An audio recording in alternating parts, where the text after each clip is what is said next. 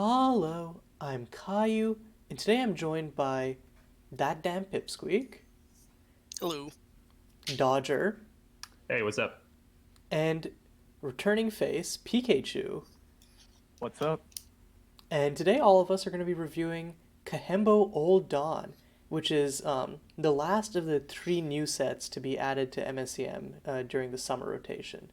So Pip, do you want to talk about Kahembo Old Dawn in general?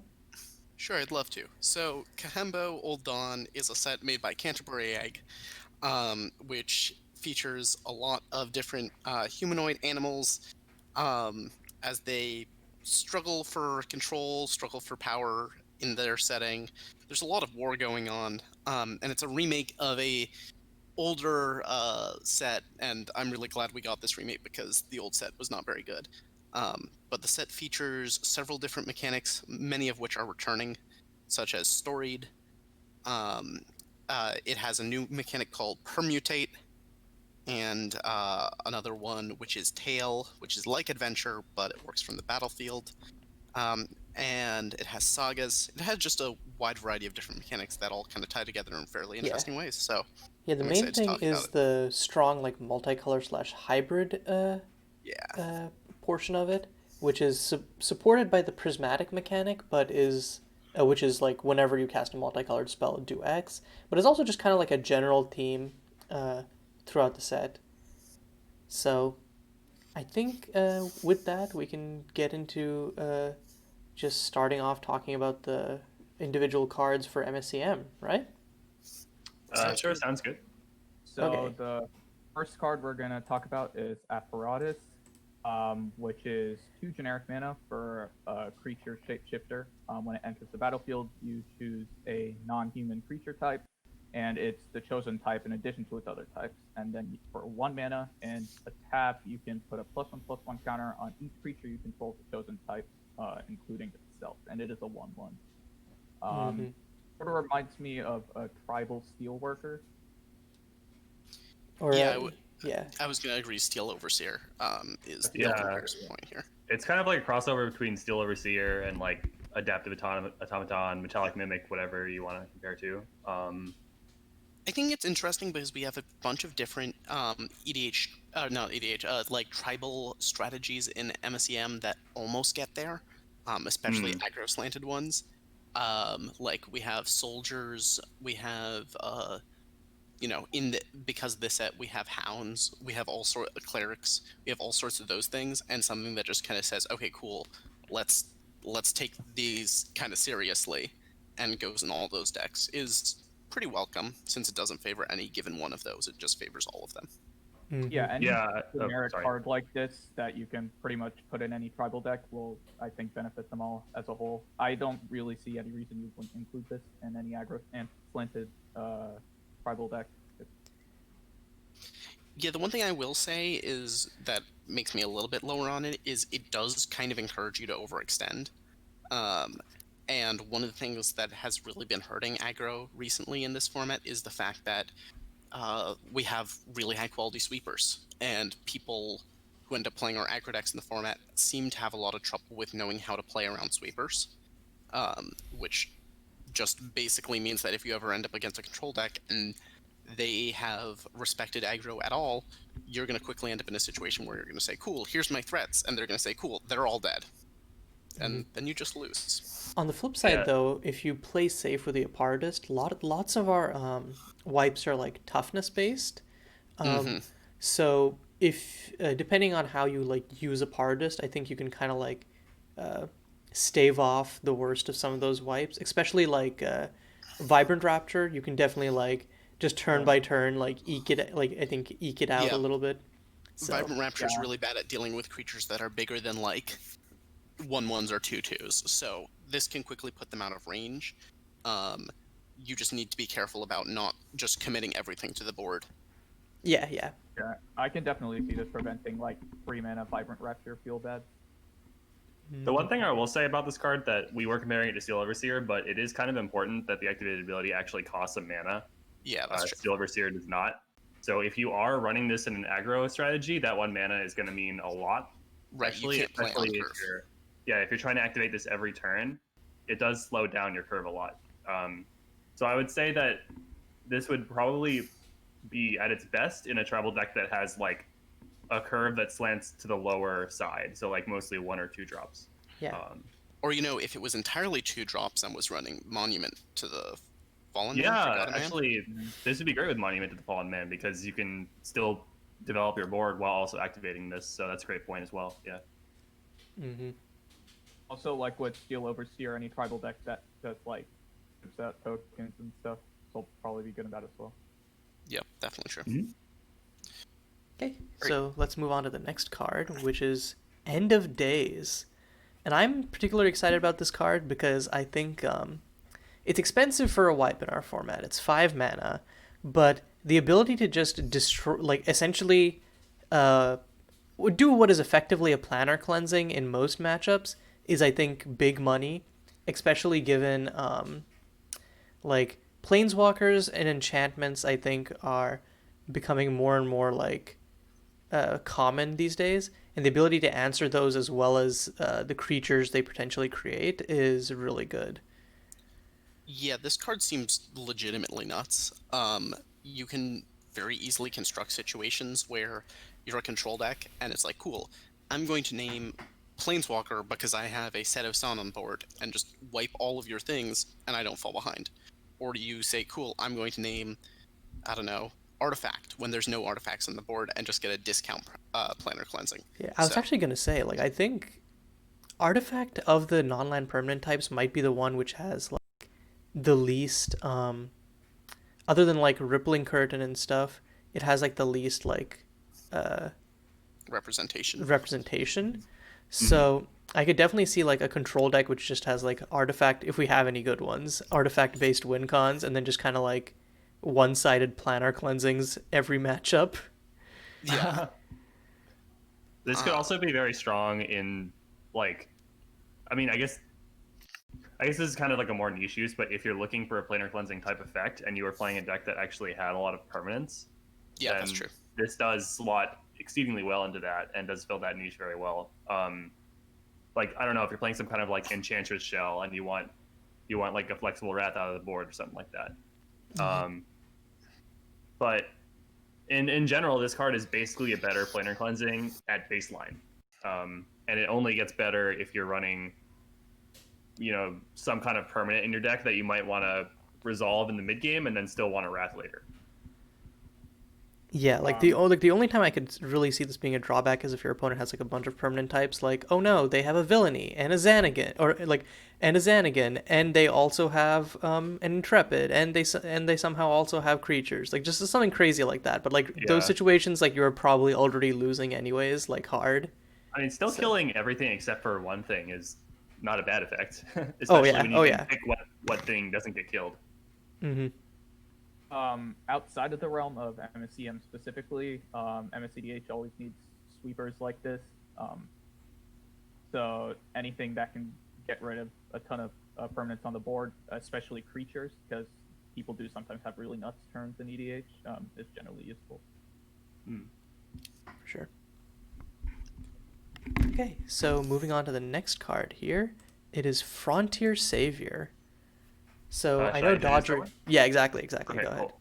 Cool. So Frontier Savior is a 6-mana 6/6 Cat Warrior, very Sun Titan-esque. When it comes into play, you get to return up to 2 target creature cards with converted mana cost 3 or less from your graveyard to the battlefield. So when I said Sun Titan, it's basically like it does only hit creatures, but Sun Titan does have kind of the same effect on the same stats. You get only 2 triggers, but they're both front loaded onto the ETB. Yeah, it's kind of Sun Titan meets Revelark. Is that card? I was gonna say this is like Revelark, but actually good. It's the 2020 Revelark. I think this card is not. This card is only MSEM playable in abuse cases, but the good news is we have several different abuse cases for it. Yeah, this feels like a card you want to combo off with. So the combo that immediately comes to mind uses Rilken Force Field Keeper, which is 1 and a white for a 1/1. It has some other text that doesn't matter. The important thing is you can sacrifice it to flicker a permanent you control. and you combine that with any Blood Artist. And since both those are CMC less than 3, when you play your Frontier Savior, you immediately get to recur those from the graveyard, if they were in the graveyard. And then Rilken Force Field Keeper can sacrifice itself to flicker the Frontier Savior to recur the Rilken Force Field Keeper, which, since you have a Blood Artist out, kills your opponent. The main thing I would be looking at is ways of cheating on the cost. So if you get all 3 of them in the graveyard and then cast any of our multitude of 3-mana reanimation spells on Frontier Savior, you can go off. So with a little bit of luck, you can do this turn 3 via, turn 1 and 2, looting and filling up your graveyard, trying to get those 3 cards into your graveyard, and then going off on turn 3. Like Oracle's Vision, Find Happiness in Misery, or like Oracle's Vision, Whisperwood's Exploration, is not like an unreasonable line. And like, and those are, and like Oracle's Vision a little bit less so, but like Find Happiness in Misery and Whisperwood's Exploration are both like pretty good in fair decks as well. So yeah, the main thing that you have to be a little bit careful of is this loses to all of the graveyard hate. And I don't think there are decks that exist right now that don't have 3 to 4 pieces of graveyard hate in their sideboard. But I think this card is interesting in terms of its combo applications. I'm not sure if it's good enough to get there, but it's definitely worth keeping an eye on or attempting a brew for. Okay, so next up we have Grey Pelt Initiate. So PK, you want to talk about this one? Yes, so Grey Pelt Initiate is 1 white mana for a 1/1 Hound Knight, and it's pretty simple. Whenever another Hound enters the battlefield under your control, you put a +1/+1 counter on it. So Champion of the Parish for dog. Yeah, I don't know how much there is to say about this card other than if there's a Hound deck, this is going to be good in it, because curving this into your various different 2-drops is great. Yeah. I mean, this is pretty much the reason to play Hounds, right? There are like multiple so tools. There's 3 or 4 different lords from Harvest Festival. Oh, I see. Yeah, so your curve actually looks pretty consistently, if you have this in hand, turn 1 this into turn 2 lord, which feels pretty good. Oh, so you're kind of hitting that that Merfolk density. Yeah, you're looking at Sliver / Merfolk type of stuff. Yeah, I see. I mean, Champion of the Parish is a very good card, so if there are enough good Hounds, then I don't see why Hound deck couldn't be decent. Yes. Yeah, I think the only thing that Hounds are really missing are like, how do I put this, like if they had like some sort of utility Hounds, like a meddling mage type thing, which could actually because I don't know that Hounds on their own are like fast enough, even with all of these tools. But we'd have to see. Because even if you look at like Merfolk lists and stuff, they always have some sort of tempo or something that they can do other than just aggro out with creatures. So. Yeah, I think the main thing that would be holding this back, or Hounds in general back, is it's kind of only an aggro deck. There's no multi-dimensionality to it. It's not like we've had Reflector Priest, but it's a Hound, or Kitesail Freebooter, but it's a Hound. For those of you who are familiar with Modern, Humans as a deck did technically exist pre-Ixalan, but it was just like this kind of bad Naya Zoo deck, rather than the kind of disruptive tempo aggro deck it is now known as. So I wouldn't get my hopes up about Hounds, but if you were to, this is the card to have your eye on. And I think with that, we're done with white. So do you want to introduce us to our first blue card, Pip? I would love to. So our first blue card is a card very much after my own heart, Into Waridi Valley. Blue and 7, sorcery. It costs 1 less to cast for each multicolored card in your graveyard. And then it's draw 4 cards. So if you know my MSEM career, you know I've made most of my success off of drawing way too many cards. And this card definitely catches my eye. I've done a couple of experimental brews with it, and I haven't been satisfied with any of them yet, because they end up really weird 3 to 4 color monstrosities that are running some kind of suboptimal cards to enable this. But I think if you can get like 4-ish multicolored cards in your graveyard, which isn't too huge of an ask, especially because Oracle's Vision is multicolored. We have a lot of good multicolored removal, etc. I mean, Whisperwoods is multicolored as well. It's like a Sultai build with this is not out of question. Unquenched Greed exists too. Yeah, so you can pretty easily get to the density of looting effects you need, or mill effects in general. And then if you're casting this for anywhere from 4 mana and less, especially if you're getting to 2 or even 1 mana, this card's nuts. For sure. It might be enough of a deck building cost that something like the Spirit Script Engine or Dreamsight is better positioned. But one thing I like about this over all of those other draw options is it's an 8-drop. And the reason that's important is a lot of these control mirrors come down to cursory glance and how that lines up into each other's threats. That is a Threats good that point. dodge cursory glance are very valuable, and the fact that this, as an 8-drop, it's not a permanent. It like relies on your graveyard, but not in a way that means people can like beat it via seal the tomb or anything. So, yeah. Yeah, Oh, and sorry. like I have a small question. Is it okay for us to reference other Kahembo cards before we get to Totally. them? Okay, so one card that I thought, like, if you're in some kind of like, if you're trying to do something like really insane and you're able to build like a sleek deck that can consistently get this card down to like 3, 2, 1 mana. One card that could allow you to refill very easily is Flatboat Artisan, which itself is a multiplayer card. And if you're running Flatboat Artisan, this is like the ideal card you want to copy with that. You know what's better than drawing 4 cards? Drawing 8 cards. Exactly, yeah. And like both of those cards are good to great on their own. If assuming you're building your shell that like they synergize well enough with the rest of your cards. So I have experimented with like some blue black blue red versions of this. I don't think I've found like a shell that can do it consistently enough to make that strategy good, but I think in the future, if there's enough support, like enough multicolor cards that happen to fit in here, then that could be another good option. Mm-hmm. Okay, so moving on to our next card, Ophidian Augury. So it's 4 blue blue for an enchantment, which is kind of on the expensive side, but it makes all of your blue spell or once per turn. You can cast a blue spell for just a single blue mana rather than its actual cost. Yep. So there's a bunch of nut stuff you can cast off this for a single blue mana. Kraken Time comes to mind. There's a whole bunch of really big blue spells. Spirit of the Falls. There's that one that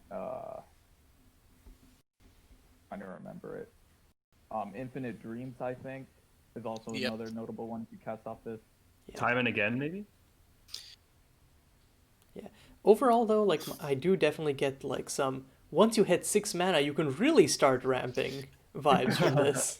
That's where I land on this. Is I'm not convinced this is a format where what you want to do is hit 6 mana for your cheat out effect, and Yeah. I'm not convinced that you should do the other direction of you cheat this out and then start free casting other things. Like, I guess that's a strategy, but I'm not high on it. I don't know. Maybe the format will change such that this is better, or someone will find tech that we're forgetting, like something that makes your enchantments 2 mana less to cast or something. But I think I too much has think to if go that right. existed already, Hersey would be like on that. Yeah, that's true. Like the fact that you have to go this into payoff spells, and those payoff spells really have to be 7. You need to spend. You need to cast 7 mana worth of spells to break even, because 6 mana plus the blue mana. Mhm. And so you really want to hit like 12-ish mana worth of spells over the course of 2 turns before you're happy with this. That's a lot of mana. What I could This see is this being is like a backup thing. Like I say this a lot, and I don't know how good like backup strategies for these all-in combo decks are, but like for like a Eureka style combo deck, you could be like, well, okay, if I eventually get to the mid game, I'll just cast Ophidian Augury, and then I can start like hard casting threats, like the really expensive ones like Spirit of the Falls and stuff.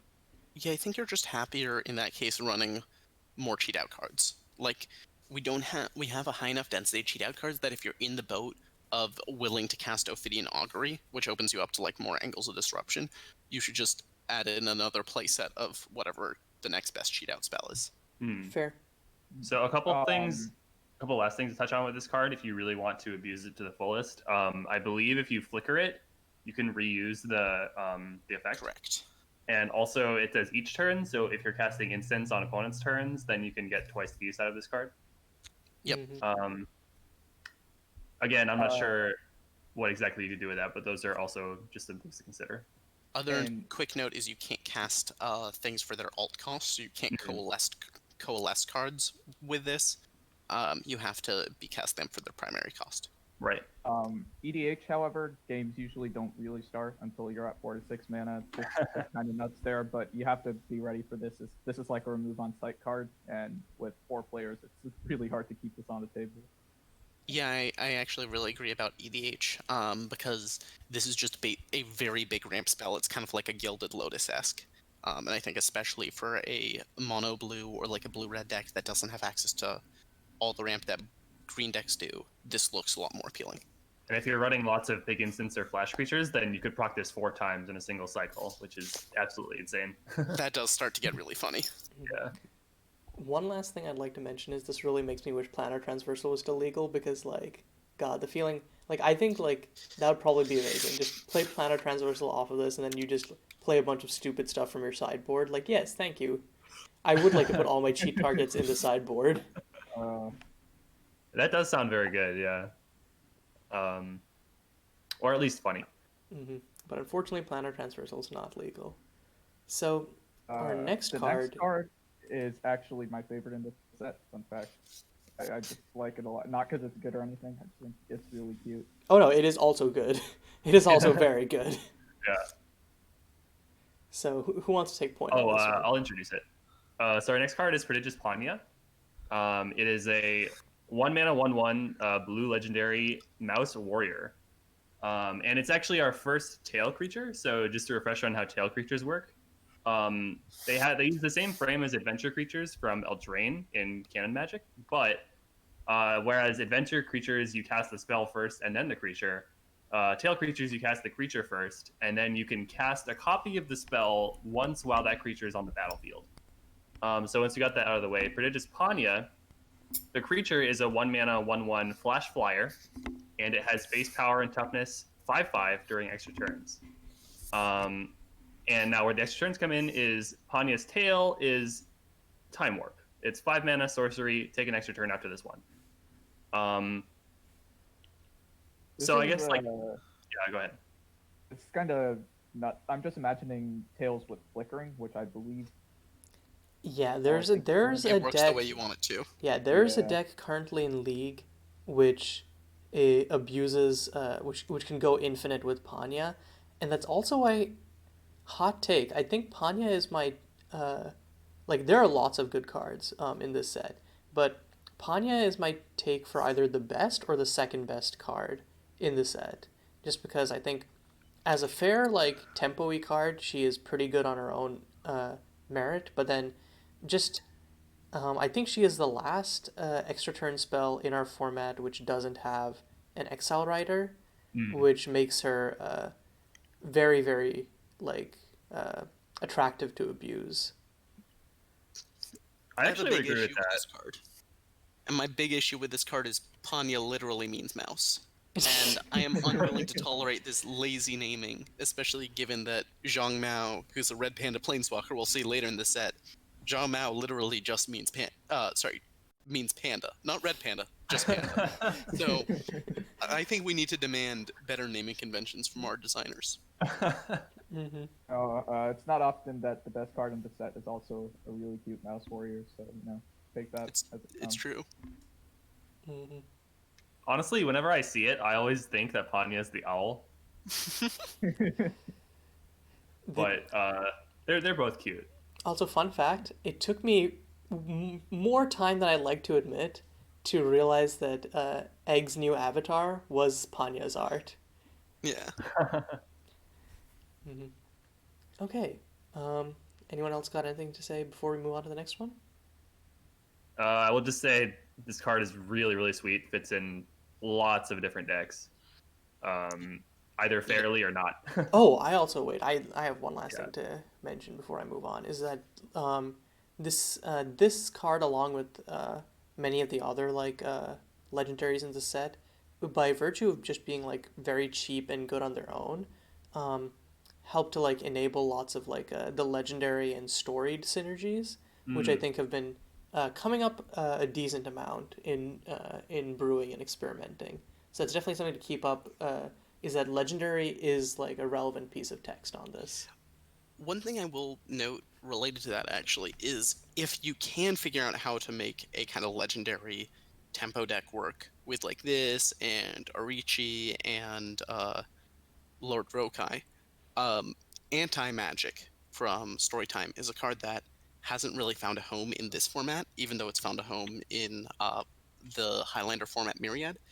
Anti-Magic formula is 3 blue blue. It's an instant, and it costs 1 less to cast for each storied permanent you control, Hmm. and its counter target spell draw a card. So just having 1 legend turns it into Dismiss, which isn't a great card, but is a fine card. Mm. And once you get to the point where you can hit 3 legend on board, the card just becomes absolutely insane. And the fact that Panya is a flash creature uh, adds more legs to that deck.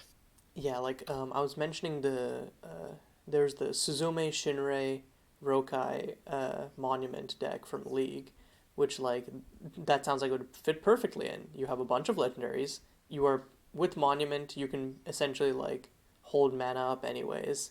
So yeah, sounds kind of disgusting. It does sound great. Yeah. Okay. Next up, we have Sheltered Diviner. Um, So it's 1 and a blue for a 1/3 that mills each player for 3 on ETB. Um, but the main beef of this comes from its uh, value with the tail, which is 3 white or black, to return a creature with convert mana cost 3 or less from your grave to the battlefield. So in general, this just seems like for decks that want to like uh, both like get good value out of their grave, but also like have a grindy fair game plan. This seems like a pretty like fine card. I'm not like hella excited about it or anything, but I Yeah. think that it will. It's of the playable caliber. I think for a deck to want this card, you would need to like want all parts of it because it's not the best mill effect, it's not the best reanimation effect, it's not the best body of a creature. But if your deck takes advantage of all those things, like maybe you want to have a high density of creatures for some of your synergies, and you also want to have a mill effect, and you have good creatures to recur. And if you fulfill all those things, then I could see this card being a solid inclusion. Yeah, not much else to say about it. All right. So for our next card, we have a card I'm very excited to brew with, but I've been struggling to. It is Tanaker Typhoon. So for 1 and a blue, it's an enchantment with Prismatic. Whenever you cast a multicolor spell, you may pay 1. If you do, exile target non-land permanent, then return it to battlefield tapped under its owner's control. So there's a couple of different things that this card does. It's very similar to Astral Slide, which Mm. obviously tore up Standard and Extended in its time. You can flicker things you don't control to remove them from combat. You also are allowed to flicker tokens to kill them, unlike most of our other repeated flicker engines. Um, the other thing that's very interesting about Tanager Typhoon, however, is how it synergizes with Archive Guardian. So Archive Guardian is 2 green black for a 2/2. When it enters the battlefield, return a card from your graveyard to your hand. And it also has what's that mechanic called again? Conjure. Conjure. Thank you. It also has Conjure, which has an additional layer of synergy with Tanager Typhoon, because you can cast from your graveyard, and in response to the exile trigger of Conjure, you can flicker it with Tanager Typhoon. Oh, that's disgusting. Sorry. So So with Archive Guardian, it means that all of your multicolor spells have 1 mana buyback. So if you want to just Pithwilt someone into the Stone Age, this is how. The main issue that this deck suffers from is you kind of end up in a situation where you need both a bunch of multicolor spells, and you also need a bunch of non-land permanents worth flickering, which kind of starts to eat away at the different directions of the deck. But if someone can figure out a good mix of cards for it, this card is insane, just flat out. yeah. Okay, wait. I'm sorry. I don't want to get into too big of a too hung up on this, but I believe that the interaction you described doesn't work. because So the Tanager Typhoon triggers on cast. what you need to do is you need to respond to the ETB. Oh, So so in you need response to to the cast a ETB, multiplayer spell in response to yeah. archive card. Okay, got it. So you conjure it and then you cast a Pithwill, let's say. Okay, so it would require something like 6 mana. Yeah, but Yeah. the end result is like you're up 2 cards that you really shouldn't be. Right. Okay, I misunderstood what you were saying. Sorry about that. No Gotcha. worries. One thing that I've been brewing with this is, with Mabel Fardancer, which is a perfectly fine, like perfectly playable multicolored spell on her own. Her -1 untaps all lands that can produce a specific color, so you can do some like dumb stormy stuff there. Sadie Doll is also very similar. So I think that like there's definitely like a deck out there where like you play these planeswalkers as like just kind of like a fair game plan, and then you have like some good multicolored spells. But then you also have the potential to just, if you have Tanager plus that, just go off and start casting a bunch of spells. You don't And to even need clarify, like a proper Storm win con. Just I think the amount of card advantage you get should just win you the game at that point. and to clarify, the combo there is that every time, since this is a fast flicker rather than a slow flicker, every time you can repeatedly use Mabel's -1 again, because she keeps resetting back to her base loyalty, and she hasn't activated a loyalty ability that turn. So the end result is all of your multicolor spells have Kicker 1, untap all lands that produce blue, for instance, which can usually untap all of your lands. Yeah. Or if you have Sadie, it's Kicker 1, add Wooburg.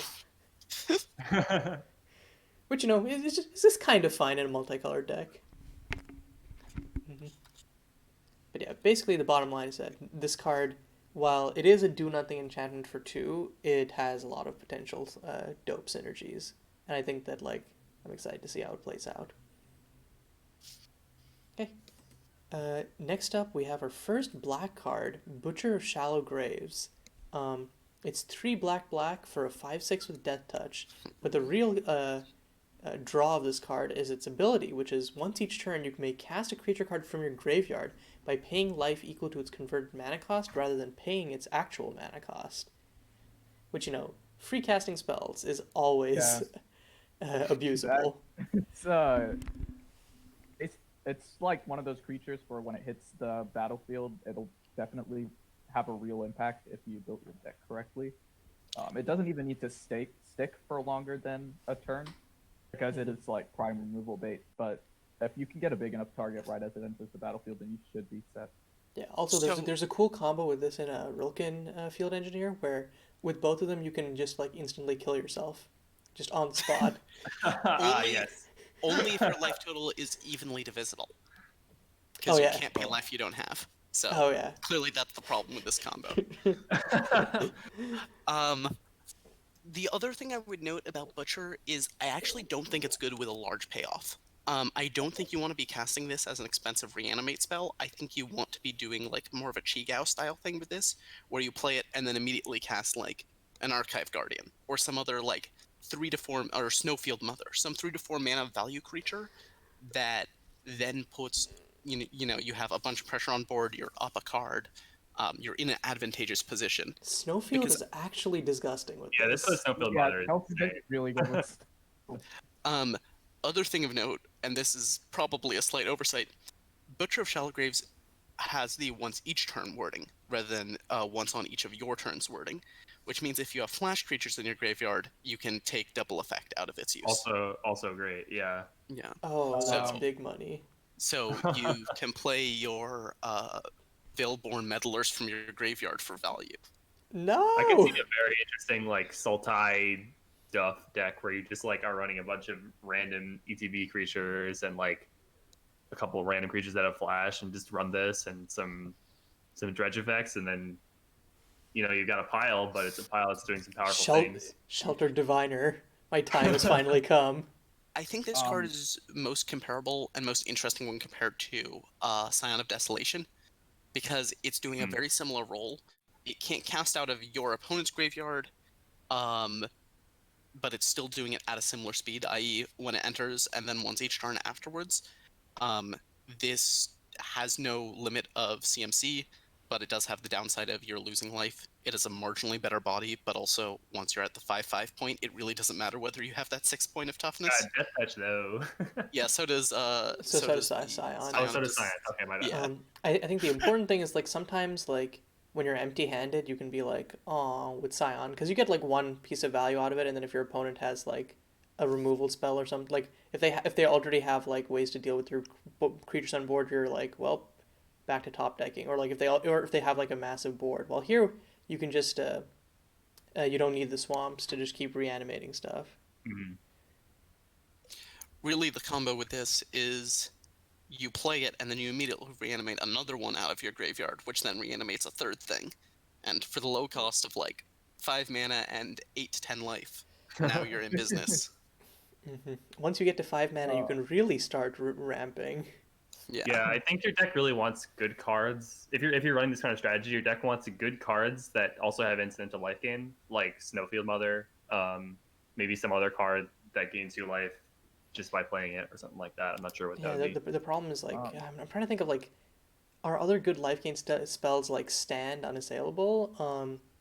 They don't work like, with this. Yeah, they're like sorceries and stuff. So Yeah.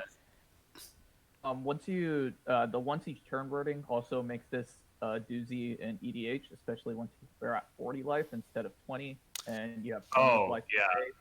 Yeah. If you have Witch's Invocation in this in EDH, you're probably going to win that game. Yeah. Ay. Okay, stop giving PK ideas. I'm supposed to play them, like on Monday. Should I introduce the next card? Yeah. Okay, cool. So our next card is another sail creature, Paca the Shadow Cloak. So Paca is a legendary cat rogue, and his creature half is a 2-mana 2/1. Whenever a creature dies, he deals 1 damage to each opponent.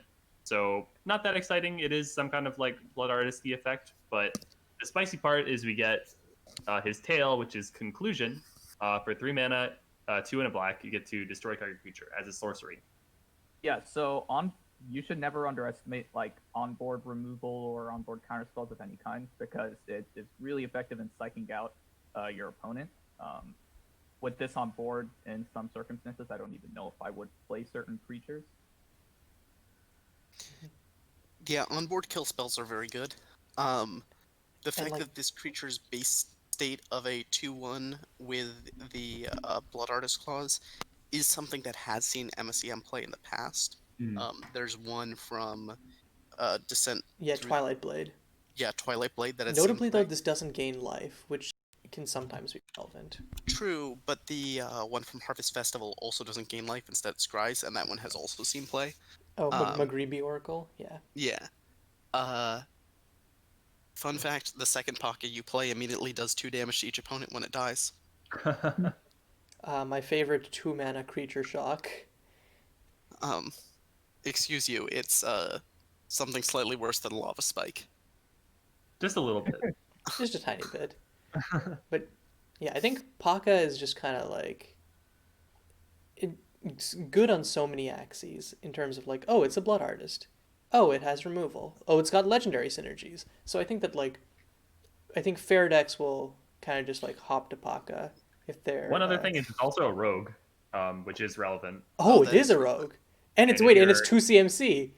Yeah, and if you're in the business of bouncing your own creatures, you can reset the tail on this thing. No! We don't need more things that can be abused by Suzume plus Monument. We really don't. The good news is I think this is actually more abusable with the Shirei of the Ghostway, whatever her name is. So that's exciting. Shinrei? Yeah, because Shinrei actually sacrifices them. Oh, so it also pings for Also 1 true. as well. Yeah. Man. Okay, that's big money. I'm actually surprised we haven't seen that yet. I guess people just like missed that this says rogue, because I certainly did. I actually didn't notice until now. There's always going to be new monument fodder in each set. So. Not until I add a set which has no 2-drop creatures. Just like we of the council have realized that MSEM has an imbalance in the top end. You see, Cannon Magic has 8.7% and MSEM has 8.6% 6 drops. Therefore, all right. So the next card, Yeah. PK, you want to read this for us because Yep. this looks EDHE. Yeah, so the next card is 3 black for sorcery. It's called Trouble Brewing, and it basically says return all creature cards from your graveyard to the battlefield, but then you exile all but one of them. But that does give you a chance to trigger a whole bunch of spicy ETB effects. And there's a bunch in black for sure. Mm-hmm. Yeah, and the fact you also keep one means it's also a good it's a fine reanimation spell. Like you're paying 5 mana to reanimate a creature and get all of the rest of your ETBs. Mm-hmm. Yeah, It's like, oh, so I'll reanimate Horrific Progenitor, Desert Worms, pass. It's like, Good oh, luck okay. reanimating Desert Worms. I will say that. Oh, Because okay. that you one have shuffles to back into flash your this library. out. Yeah. Mhm. Yeah. This would fit as a one of in like your the Butcher of Shallow Graves deck we were talking about earlier, because Oh, you can yeah, also maybe. recur this with Archive Guardian after you cast it. The one slightly awkward thing is it's not optional to recur the creatures. So by casting this, you also immediately empty your graveyard. That's Which, true. And Yeah. another thing is, when considering this card, I think that you also have to consider Clawing Shaman, because I feel like the deck set where you would usually want this card, you could probably run Clawing Shaman and get a similar or better effect. I And mean, the like, main issue with Clawing Shaman is it's A plus B plus C. Like, you need the Clawing Shaman engrave plus a reanimation spell plus a bunch of things worth reanimating. Whereas this, you just need things in the graveyard and this in hand. This is also 2 mana cheaper. Yeah. fair. Yeah, I if could you're easily not. see a I don't think you situation- ever use Clawing Shaman's like actual. That is true. That is true. Yeah. I could easily see a situation, especially in EDH, where you play this turn 5 and can reanimate like 9 to 10 creatures. It's certainly feasible in that sort of format. I'm not sure what commander you would run this under, but generally abusing that many ETBs at once and reanimating a huge thing puts you at a board state where it's kind of hard to lose the game at that point. Yeah. Cool. Should we move on? Yeah, for sure. Okay. So, Okay. yeah, go ahead. I can do the next one, I guess. Okay. Twilight Ambush is pretty simple. It's a 1 mana black instant. Destroy target creature with power or toughness 2 or less. This is really modular. Power or toughness is a pretty big deal here. And or less is actually is surprisingly relevant text. I mean, okay, so here's the thing. This card is like mildly better Disfigure. Most of the time, yeah. It's Yeah. sometimes a little bit worse, it's sometimes a little bit better. I'm not that excited about sleeping up Disfigure in this format. Dog, think- I will take any playable black removal that can like kind of edge out Exit.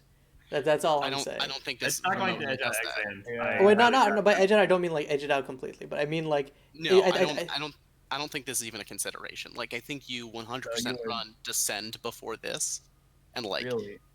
yeah. fair. I mean, I the guess issue unless with you have this- some reason that you can only So cast this instants. is a good but yeah. removal spell for creature decks that want to Sure. run low That's to the true. ground. So if you've got like some kind of like black aggro deck and you want to run a really cheap removal spell, this could fit in because Descend doesn't fit that great if you're running small creatures. And Nope, that's definitely true. Exant doesn't either. Well, Exant maybe if you're running like an aristocrat style, but like It still there's doesn't feel a good. niche for this card. I feel. Yeah. I agree with that there's a niche of decks that want 1 mana black interaction that play to the board. Yeah. My follow-up question there would be how many of those do we have? Possibly but, 0, but yeah. Just The serves as another reminder that Exent is always going to be a really good card. Well, that was actually my other thing is, so one of the things that's very true is people have gotten better at playing around Exune. They're no longer putting all their eggs in one basket. They're usually going wide around edicts. But then people have also started to get better at playing around board wipes. So what we're now starting to see is openings that look like turn 1 mana dork into turn 2 semi-decent 3-drop into turn 3 here's my giant-ass threat.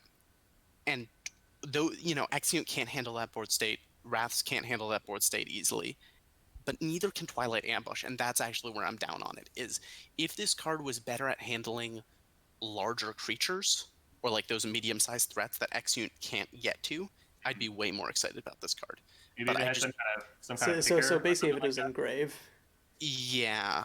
Or if it was Honestly, I would be higher on this card if it was target creature with power or toughness 4 or greater. Like, I'd be way more excited about this card if it couldn't hit small creatures, Mm. which is Because weird. we already have stuff that hits small Yeah, creatures, ideally. exactly. You don't need to cover your bases in this way. Got you. That's Yeah, actually that's not. fair. That's actually an interesting idea for like a white counterpart to this. Yeah, that could be cool. I think there are certainly decks where this makes the cut, and it is like a reasonably powerful card in the vacuum. But I think in the context of the format, it's unlikely to edge out some of the other options that are competing at the same cost. I totally agree with your point though about in a black aggro deck, and I'm glad you pointed that out because I just totally hadn't thought of that, and I kind of discounted this card. I see. Yeah. But does have a home. It just is not a home that I'm excited for. Yeah. All right, so Fateful Eruption is our first red card. For 4 red, it's a sorcery and it says each player sacrifices 6 permanents. So this card's really interesting. It's one of the more powerful wildfire variants we've gotten. We have several different ones. We have ones that are 5 mana that cause each player to sacrifice 3 lands and it deals 3 damage. We have one that's 6 mana and it's 4 lands and 4 damage, I think. Notably, I believe both of those say non-basic, or at least the 6 mana one says non-basic lands. Does the 6 one say non-basic? Okay, the 5 mana one doesn't. Okay. But the thing that's really interesting here is the fact that unlike a lot of our, those sorts of effects, this disproportionately crushes control decks. Yeah. Usually, control decks can say, "Sure, board wipe. I don't care. I'll take 3 lands. Like it hurts, but it's not that bad." This says, "Cool. Sacrifice 6 of your lands," and that control deck just stares like, "How do I beat this card?" If you resolve this, it's game over against control decks for sure. 6 mana Armageddon is a lot of mana for an Armageddon. That is true. This might be good enough. I just don't know where is the And, issue. and like the it's thing is, kinda like with flexible other Armageddon, decks, like you couldn't like you didn't really want to put creatures down because like Yeah. they would die to the wipe anyways. Here you're like you can put creatures down early, get some damage in, and if like you're doing tokens or something, you're like, cool, I'll sacrifice 4 tokens and 2 lands.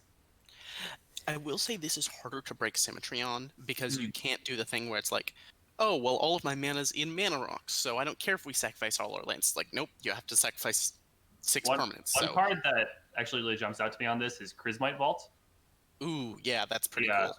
So that you can sack it and then keep your land around, or if you're if you're generating clues or treasures or something like that, you can just stack those. Those are the 2 things that like jump out to me about this card.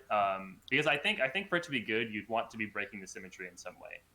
Yeah, what I look for in wildfire variants is trying to break symmetry because that's usually where those shine, and they usually do a really good job at it. I can't see this playing exactly the same role as other wildfire variants in the format, mainly because of the mana rock thing. I do think that this is really good against control, however. The one other area that I'm really hesitant about, though, is this is 6 mana. 6 mana is a lot of mana. Like, 5 mana is... we have a 4 mana kind of mini Pox-ish effect, and we have a 5 mana, like, mini Wildfire thing. And both of those are things where you can play those realistically in aggro deck. This you can't, and that is where I start to struggle a bit to see where this fits in, because it fits in like either a mid-range or a ramp or a control deck, which like most of those aren't ones that want to blow up a bunch of their own permanents. I think you would need to be a ramp deck that happens to also break the symmetry. Like if you're running Chrismite Vault, maybe you're incidentally generating clues, or you're running like Splitting Bloom or something like that. If you're fetching with Splitting Bloom, then you get 2 tokens a turn, and that should make it pretty easy to have like enough random crap to sacrifice to the eruption. But I don't think this is good enough to run in any old deck. Yeah, and also like I feel like to the point of like if this resolves versus control, it's over. Like I think it is definitely like more over than like our other 6 mana threats, but like Roll and like Layer and Alpha do also like generally spell Doom for a control deck unless they have exactly the wipe. Yeah. The one area where this succeeds where those don't is this has... I mean, all 3 of these cards have the same basic set of weaknesses, which is 2 of them are weak to negate. Layer and Alpha dodges negate. All 3 of them are weak to Destructive Ambition. This dodges sweepers. In particular, 3 damage sweepers are very easy to come by versus Roll. removal spell plus 2 damage sweeper or 3 damage sweeper isn't hard to come by for Lyman Alpha. So this basically lines up specifically well against control decks that are eschewing some types of interaction because they're trying to like get an edge on the meta, and then you say Fateful Eruption, they're like, well, this is the sort of thing that I assumed no one would show up with, so I'm dead, I guess. On the topic of Armageddons, which this is basically plays as Armageddon most of the time, they're not nice in EDH, and unless you want to be like the first player to die after everybody's caught up, I generally use an effect like this. I feel like this is actually way easier to break in EDH because the casting cost is not as much of a restriction, and you're generally going to have more time to set up tokens. Although on the flip side, it's more likely that other players are going to have tokens and stuff to sacrifice. So the downside in EDH is pissing off the whole table. That's also true. I was gonna say is in 1v1, this card's a 7 for 6, which is you're hoping to break symmetry and get it down to be like a 3 for 6 or whatever. Oh, so now it's a 7 for 24. Yeah, and that's Or like 7 for 18. Yeah, and that's the thing is that's when it starts to get like, oh, hold on, this is card advantage to cast. Yeah.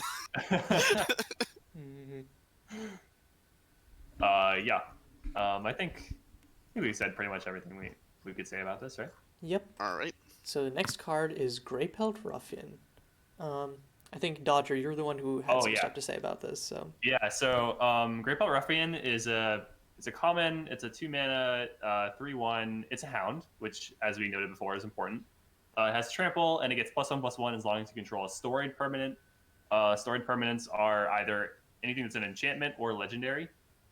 So the reason I put this in is it's a little like mediocre on its own for sure. Like a 2-mana 4/2 trample is not awful, assuming that you have the restriction, or sorry, the condition on. But it does slot quite well into an archetype that has seen some success in MSEM leagues, which is green-red ferocious, like kind of like a ferocious legendary hybrid. And that deck already was running Juvenile Boa, which is a 2-mana 2/2 that gets +2/+0 while you control a legendary permanent. And this is essentially a better version of that. And you can also just go up to 8 copies if you want. And like this does enable that whole deck very nicely. So that's why I thought it might be worth mentioning. It's also not like a horrible card on its own, but yeah. I haven't actually seen that ferocious aggro deck. Who was playing it? I don't remember. It was a while ago. I think I saw it like Gotcha. once or twice show up as like a 4/1 or 5/0 list. Okay, I don't remember that at all either. So okay. So I do have my own list I could send you later that I was screwing around with, but like I think it's a reasonable deck that can. It's like a reasonable aggro deck that can kill on like turn 4 if you get the right curve. So this makes it much more consistent because now you have 8 copies of the 2-mana 4-power creatures. So that's why I thought it bore mentioning here. I don't think it's good enough to run just as a card, but the question is like this synergy. It didn't 4/1 or 5/0, but I believe you that it was decent in the games you saw it in. But I just scrolled through the deck list dump and didn't see it there. Okay, yeah, totally. Anyway, that's all I wanted to say about it. Yeah. So next up, we have another aggressive 2-drop red creature, Thorny Bushwhacker. So it's a 2/1 on its base, which isn't super impressive, but it does I think it's Eventide thing of when you cast a multicolored spell, it becomes a 5/3, which suddenly it's big money. It's like Shorecrasher Mimic, except not. I have a big problem with this card, which is it's a Bushwhacker, but it doesn't give your creatures +1/+0 in haste, and like that's a party foul in my book. It uses the literal meaning of Bushwhacker rather than the magic meaning of Bushwhacker. Next. The thing that I will say is one card that got really hyped up in the Langor era was Sandstone Berserker, which is red and 1 for a 2/1 first strike, and whenever you cast a creature spell, it becomes a 4/3 until end of turn. And this has similar energy, but a worse base case, and I think a marginally harder to proc condition. And Sandstone Berserker, despite getting hyped, saw literally 0 play. So I can't really picture this succeeding where that one failed, unless the 5 power is just so much bigger than the 4 power in a way I'm not expecting. I mean, Yeah, so it does trigger there- off of multicolored spells instead of creatures, Yeah. which I think there's is actually something to worse. say about there's the hybrid black-red lava spike. I forget its name. There's Yeah, something to say Unjust about curving Sentence. distance to that. Yeah. Yeah. Yeah, it's but like I guess damage. like You needed Curving- density. curving Berserker into Jara Jade Fist, or like all of our different like 3-mana creatures with haste or some other ridiculous stats and upside just never got there. So that's why Wait, I'm a little bit did yeah, it like not dubious of get it. there, or did people like not play it? Because like that's definitely a card where like I have not like I didn't hear of it until now, and I think Okay. it might be like an MSEM thing of like there's a lot of stuff that just people have not like tried recently with like new Yeah, sets in. people haven't tried it with recent cards. Maybe honestly these two go together, so you run like 8 2-drops like that, and then you curve them into Jar Jade Fist, which procs both of them, I guess. And then you're now swinging for like 8 damage on turn 3 with room for killing them turn 4. Yeah, and we also have like yeah, and I know that Love Song also added like Rage Fueled Adventure and some other like like RG Cadence might actually like be something to look at. I could believe it. Yeah, I feel like the power level is there. It's more about the shell and the enablers, and if the deck with the enablers is actually a good deck, which it isn't always. Okay, wait, we have way more 3-mana multicolored creatures with haste than I thought we did. Like, a frankly concerning number of them. You can have, like, you could have the density to reliably go turn 2 this into turn 2 this, or Berserker into turn 3 3-drop. So maybe we get there. What's a good 3-mana multicolored creature? Uh-huh. Do I have to say it? Always. Lone Survivor. The one issue with that is a Sandstone Berserker is a human. Ah, so close. So close. Thorny Also Bushwhacker is a lizard. But yeah, That's sorry. true. Also going into that deck could be Blade of Long Night and Grey Pelt Brute, which are both 1-mana hybrid cost 2 1s for 1 that are creatures. So, yeah, okay, never mind. I've gone from this card's unplayable to never mind, we can build a deck around this. Now, Alright, great. now whether it works, we had to test it, but it is buildable. Yeah. Like this is all just saying like there's this card is powerful, but there may or may not be a shell in which you can bring out its potential. Okay. So our next card is Vibrant Flames. So, PK, you want to take this one? Yeah. So Vibrant Flames is 1 red, or basically Lightning Bolt. However, as an additional cost to cast this spell, you have to exile a multicolored card from your graveyard or pay 2 mana. And we were just talking about the black-red lava spike, actually. So, I mean, that's something to say. I actually don't really like this as a Lightning Bolt. I think it's too hard to proc in the deck that wants it. However, Yeah, and it's weird because, like, I think this might be, attractive if we didn't already have an insane density of, like, 1-mana red burn spells. I think this is our 4th best Bolt variant. I think it's worse than Scorch, Storm Surge, or Distant Thunder? Distant Thunder. I think actually no, it's probably tied for Distant Thunder. I think it's probably also tied for Void Flare. Like, Yeah. all 3 of those are, it's a 1-mana burn spell with a hoop, or it's a spell you would rather not put in your constructed deck, whether that's Shock or Open Fire. Right. Distant Thunder has the upside of being a way of putting things in the graveyard for synergy. This has the upside of not being card disadvantage. So, I don't know. If you can reliably get there, I think this is fine, but I'm not excited about it, basically, ever. Not being able to cast a turn 1 is big sad. Yeah. I think the thing about Vibrant Flames is like, if you have a good deck that this fits in, then it's probably a decent inclusion. But I wouldn't ever build a deck to try to make this work because there are just better alternatives for that kind of thing. Yeah, I agree. I think it's a card that will, if it's playable, it will be as a role player and not as a archetype defining card. Yeah, agreed. Okay, and that ends off red for us. So going into green, I think this is a card that you have played a lot with Dodger, so you want to talk about it? This is one of my favorite cards in the set for sure. So we got Baby Scale Bruiser.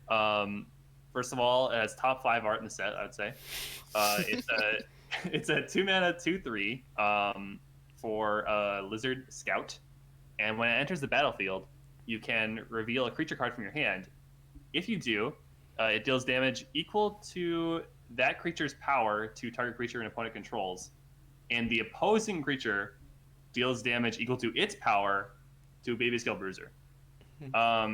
So it's a little bit confusing when you first read it, but basically, when you play this, you get to pick an opposing creature, and you can have like your creature in your hand fight the enemy creature, except the Baby Scale takes the damage. Yeah. Green really said, Mom said it's my turn on the removal spell. Yeah, so a couple things that I've played a fair amount of this card in my Lone Survivor shenanigans, as well as in my Kahembo sealed deck.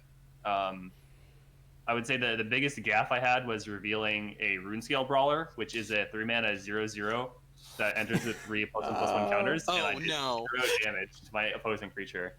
That was a big yikes. But I do think this card is definitely playable in the right shell. You'd have to be playing like a heavy green deck that doesn't really have access to removal and also really wants creatures, and also has creatures with reasonably high power to reveal.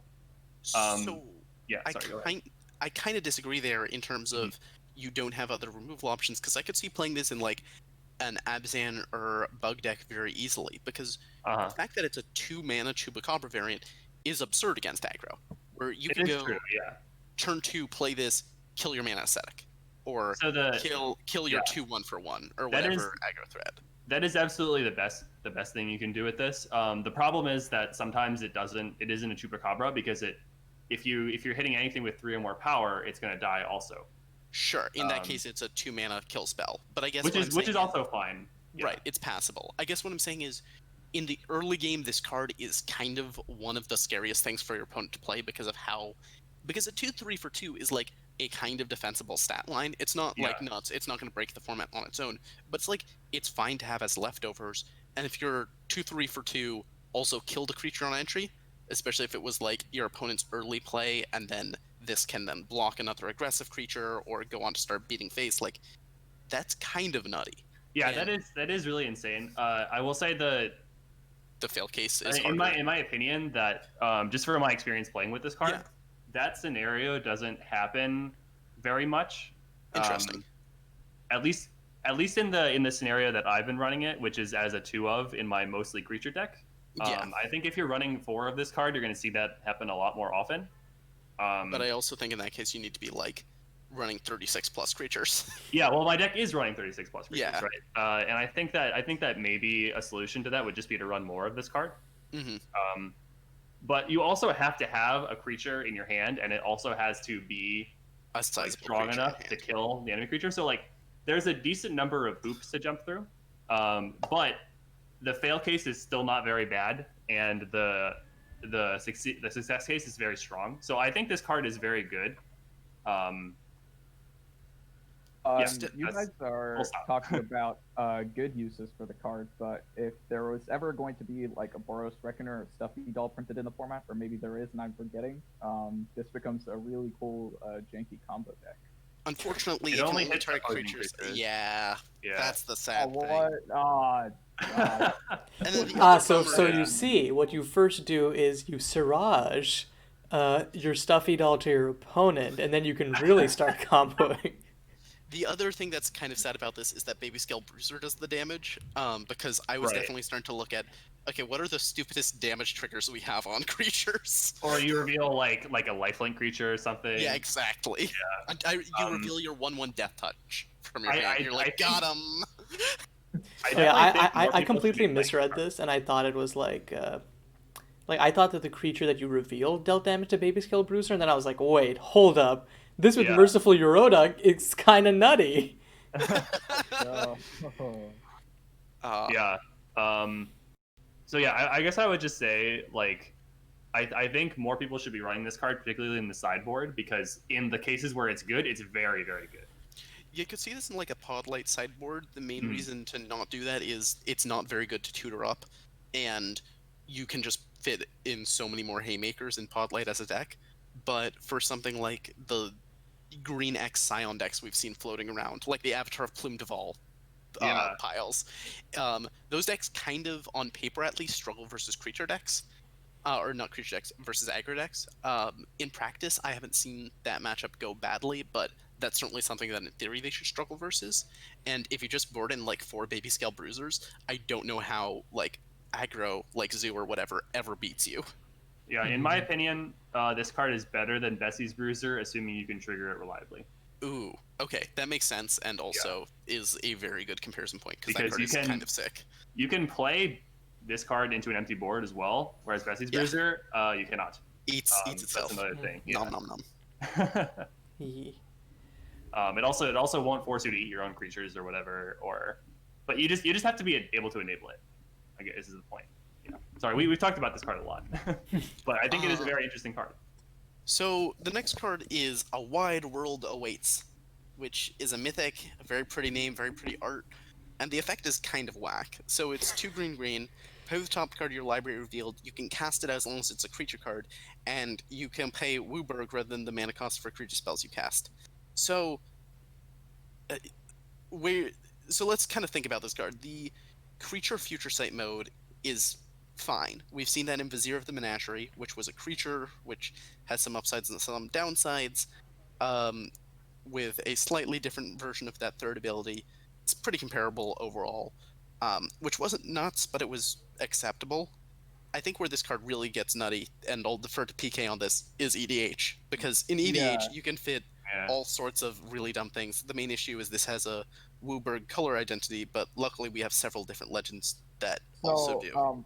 Fist of Sun's effects in general are way better than they seem in EDH, mostly because you always end up spending the first few turns ramping, and it is entirely feasible to get to 5 colors of mana really fast in that format. And once you can get to that point, it can start getting really nutty as you just start casting giant creatures for basically like a lot discounted. And I don't exactly know what like commander you would run this under. I think we do have a fair amount of like 5 color commanders. However, I do think this is very good. I think there's one in this set as well.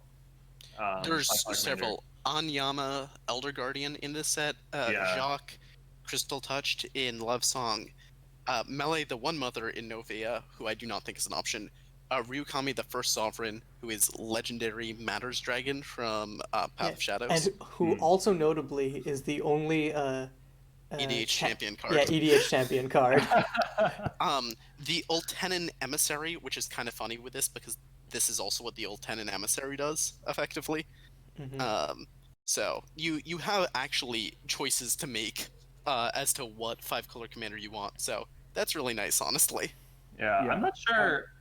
Sorry, go ahead. Just in general, though, whenever we're talking about Fist of Sun's effects, you never should underestimate them in EDH because it'll usually lead to like a maker turn after turn. It gets really hard to catch up, stuff like that. Yeah, and briefly adding on, the fact that this has the fail case of, okay, let's say you don't have Wooburg. This is still card advantage. This is still, sometimes you can play like a dork or 2 off the top of your library and you're like, okay, cool, this drew me 2 cards. Yeah.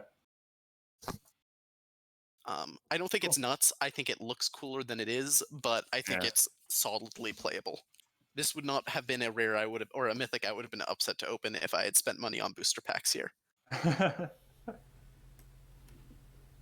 Okay, and unfortunately with those 2, that's all that green has to offer us. But we're moving on into the multicolored section.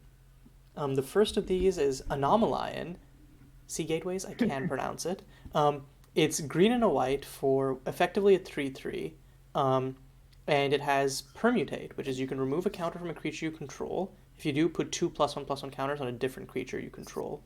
This is one of the set mechanics, but I think other than Anomalion, I don't know that there are any playable cards with it.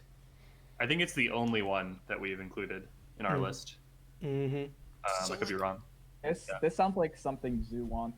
Any Zoo deck would want. I mean, a lot of Zoo decks ran like Police Main Line and stuff, so this pretty much slides like right into that sort of thing. Yeah, this card is like one of the first Watchwolves I've seen, either in canon or custom Magic, that's made me go, oh, huh, Watchwolves are good.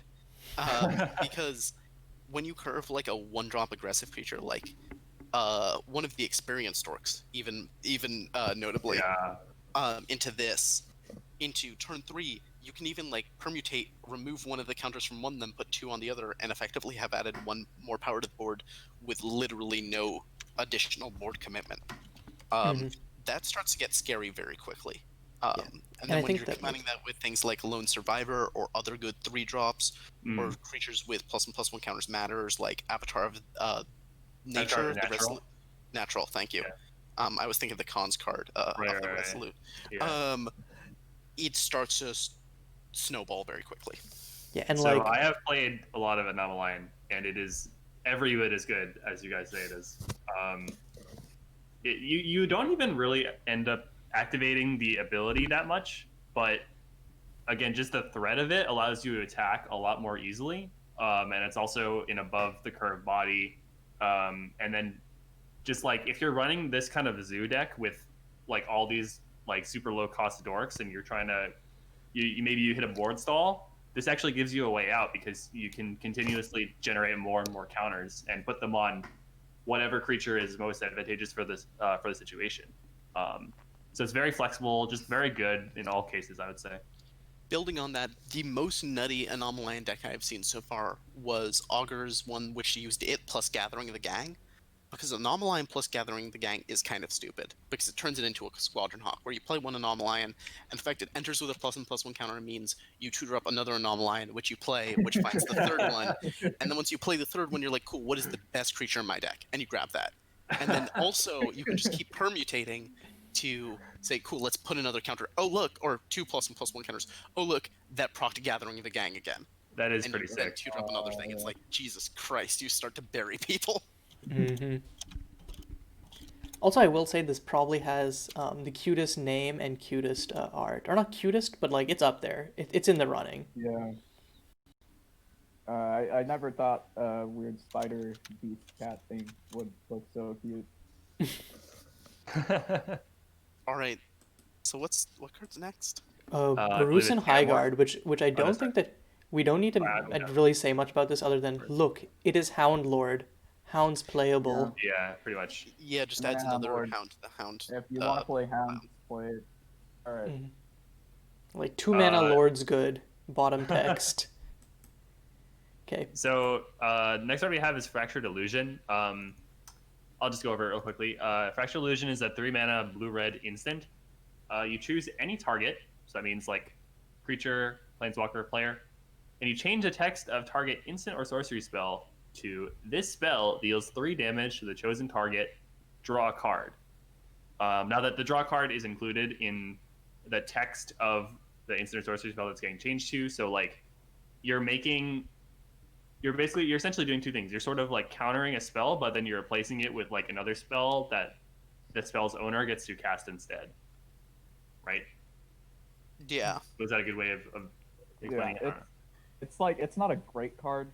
Oh yeah, It this is is not very MSEM unique, playable by like any stretch of the imagination. Mhm. I think I just included it because it is a fun card. It is a weird effect Yeah. that I don't think um, that I think it's one of those things where it's one of those cute custom effects, but actually done in like a kind of safe fashion, and I like that.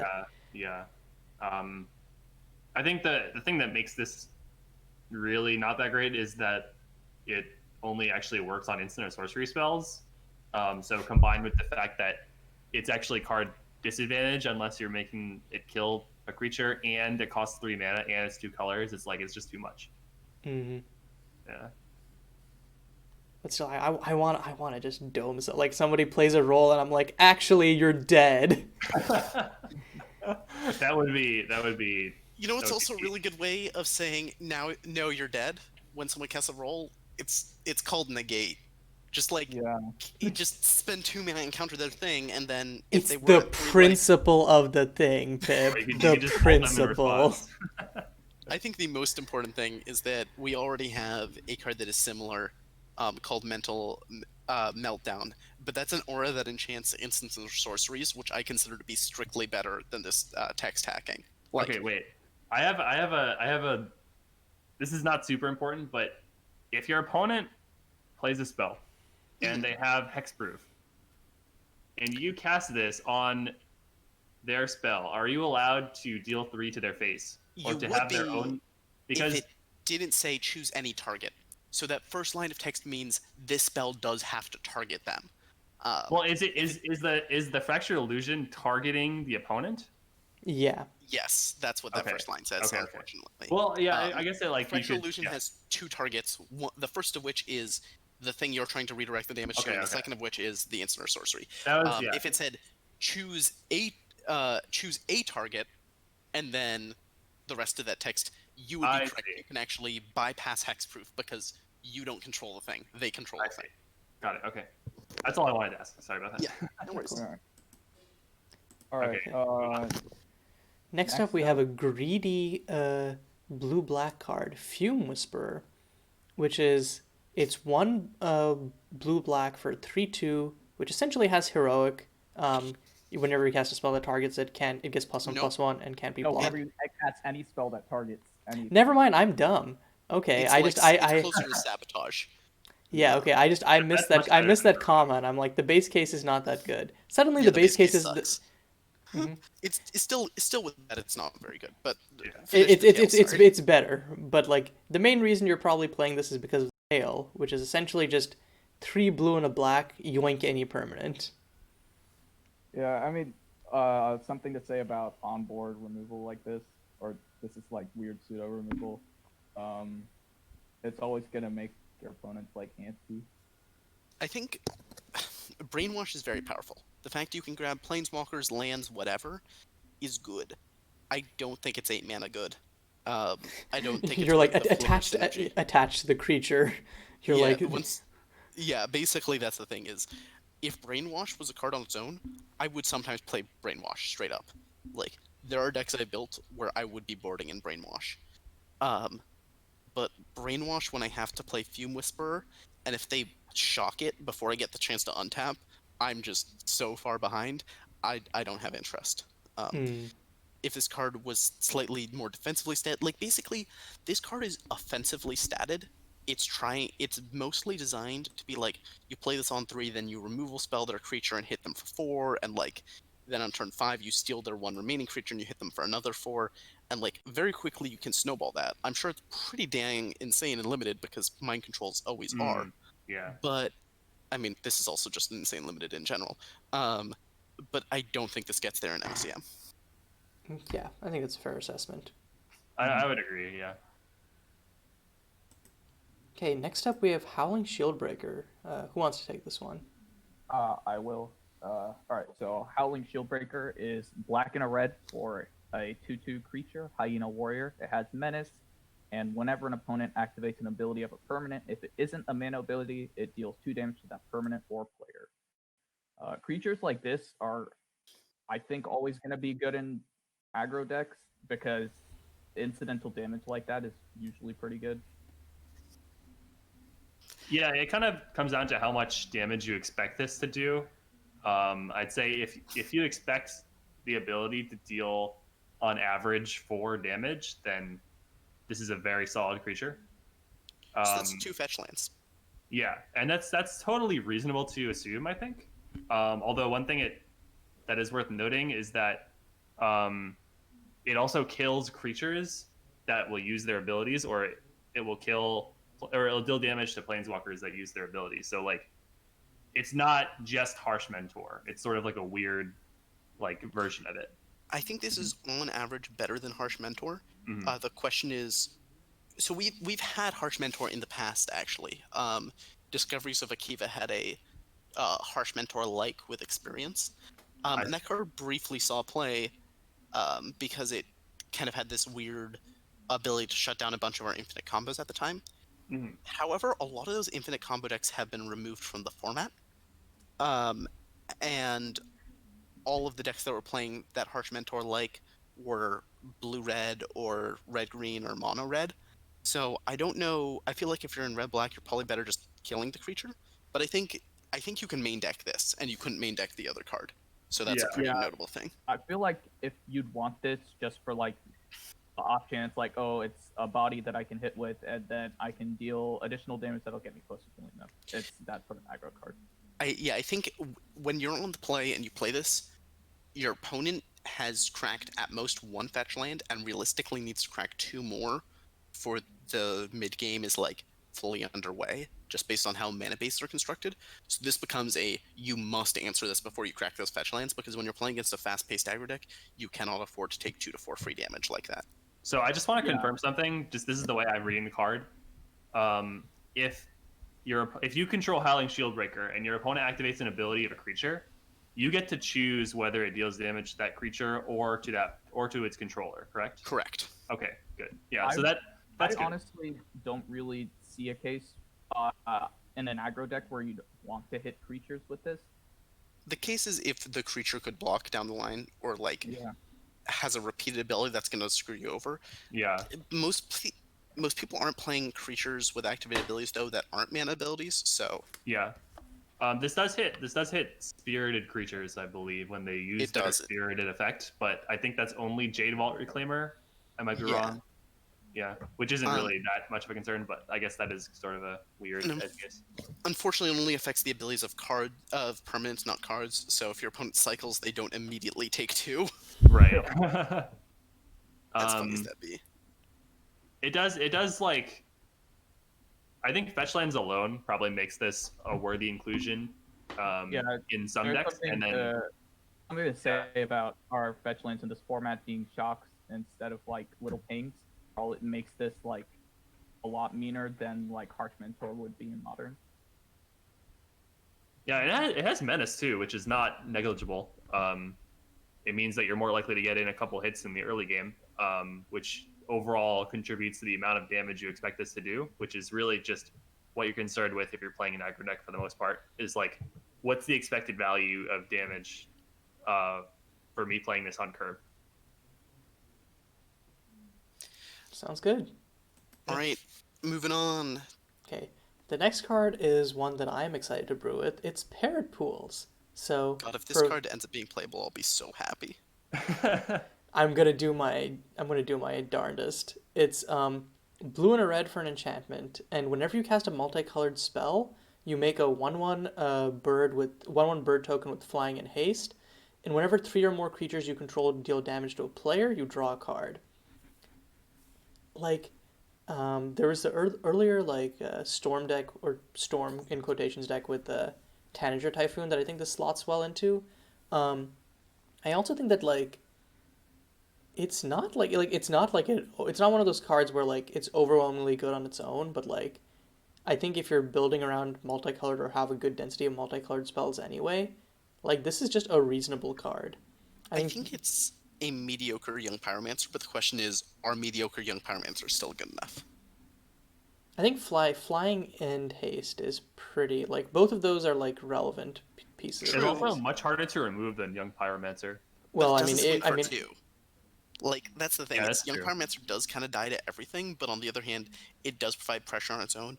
Whereas this, you really need to cast like 2 or 3 multicolored spells before you actually start threatening people. But once you hit that threshold of 3 and you start drawing cards off of it, this card becomes insane. So that's kind of my take is, if you think you're able to get to 3 tokens, play this card. This card's nuts. If you don't, I don't think you can justify this card. Sounds it feels like the kind of card you build your whole deck around, to be honest. Yeah. Okay, next up we have a card that Pip strong-armed me into including. Okay, so Petrify. Petrify is 1 black and green for an aura, an enchantment aura, enchant permanent, and it turns the permanent into a colorless swamp forest land, and whenever it becomes tapped, its controller loses 1 life. So, like, this card's insane, right? It's 3 mana, it answers anything. It ramps your opponent technically, like Assassin's Trophy, but it also can color screw your opponents by, like, you slap this onto a Nareba or something, and suddenly it loses all of its abilities. And then if they even use it for mana, it's not a hard downside because it deals them damage. And, like, this card is so cool, and it was, like, hyped up during Egg Spoiler Thread, and then, like, quietly when all of the uncommons were dropped, so was Pithwilt, and just that random uncommon just completely makes this card unplayable, because why the hell would I pay 3 mana sorcery speed for a like Maelstrom Pulse side grade when I could pay 2 mana for a Abrupt Decay side grade. So that's my gripe about this card is this card, Petrify would have been amazing for the format if it had dropped like 2 sets ago when people were trying to play Green-Black X and were like, oh man, I don't have unconditional removal that I can just slap on things. I mean, even pre Pithwilt, we had Yeah. Demon Worthy, so you'd have to go a Yeah, little bit back. Yeah, but like Demon Worthy requires you to be in white, and like we had Jund decks and just straight up green-black, so this card would have been hype.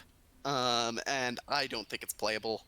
Especially because of Pithwilt. The fact that Pithwilt counters this, where like, you're like, ha, I petrify your Planeswalker, and they say, cool, I'm gonna Pithwilt the Petrify and immediately go back to tossing my Planeswalker. You're like, ah, It I'm also an helps idiot. them cast Pithwilt. Oh my god. Mm-hmm.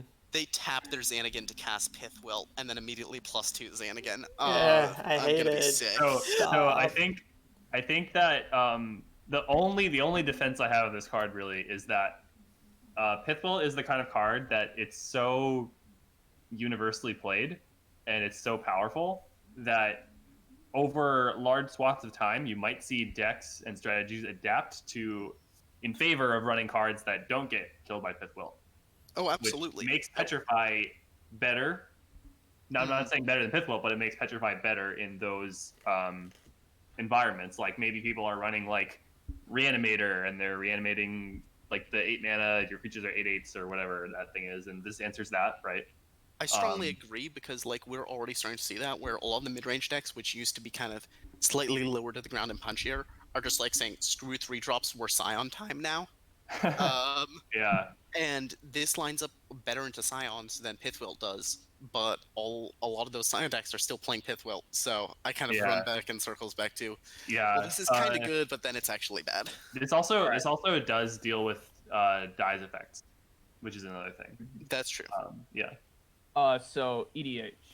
Effects like these, where it turns a commander into something that can't attack or block, is usually a lot better than it seems because it effectively makes them like, you no longer have a commander, and it turns into a land that is hard to destroy. So enchantment removal is really the only way they can get their commander back. And so I actually think this is really EDH playable. Reminds me of Darksteel Mutation, which is another bomb EDH thing because it turns them into an indestructible bug. Generally, anything that can turn the opponent's creature into something that can't block, so it goes to the command zone, is usually going to be pretty good. Yeah, just for the record, one of my favorite, I think one of my favorite auras might be my favorite aura of all time is Song of the Dryads, and this is like so close to being Song of the Dryads, but it's adding a second color and some like weird side grade stuff, and the end result is I just kind of stare at this card and say, not interested. I'm gonna also take the next one because I need to deck out for a bit, and I'm really hyped about this card. Okay. Ruinous Nugget is 1 red-green for a 3/3 with trample, and whenever a non-creature permanent is put into the graveyard from the battlefield, or put into a graveyard from the battlefield, put a +1/+1 counter on it, and it has a tail, spit on the grave, red-green, sorcery, destroy target artifact or enchantment, spit on the grave, deals 2 damage to that permanent's controller. So it's a 3/3 with trample that also comes with a destructive revelry attached, so that's pretty good. But the thing is, this thing grows via fetch lands. So if you play this and your opponent cracks a fetch or you crack a fetch, it quickly becomes above curve. Yeah. And then you blow up their artifact or enchantment, and suddenly it grows more and deals them damage. And I definitely want this card if I'm building a red-green X, like, aggressive mid-range deck. Like, I think this card is legitimately quite good. The main issue with this card is I don't know how many random artifacts and enchantments are running around these days. But like if you play this, your opponent can't cast Villainy into it unless they have immediate follow-up. So that's cool if you're on the play. And if you're on the draw, you just wait like an extra turn and then play it and immediately spit on the grave of the Villainy. So no, I'm pretty high on this card. Hear me like it a out. lot, too. Play this with the what do you call it? The wildfire that we saw earlier. Just buff it up by +12/+12. Oh man, unfortunately, yeah, no, that's kind of cool.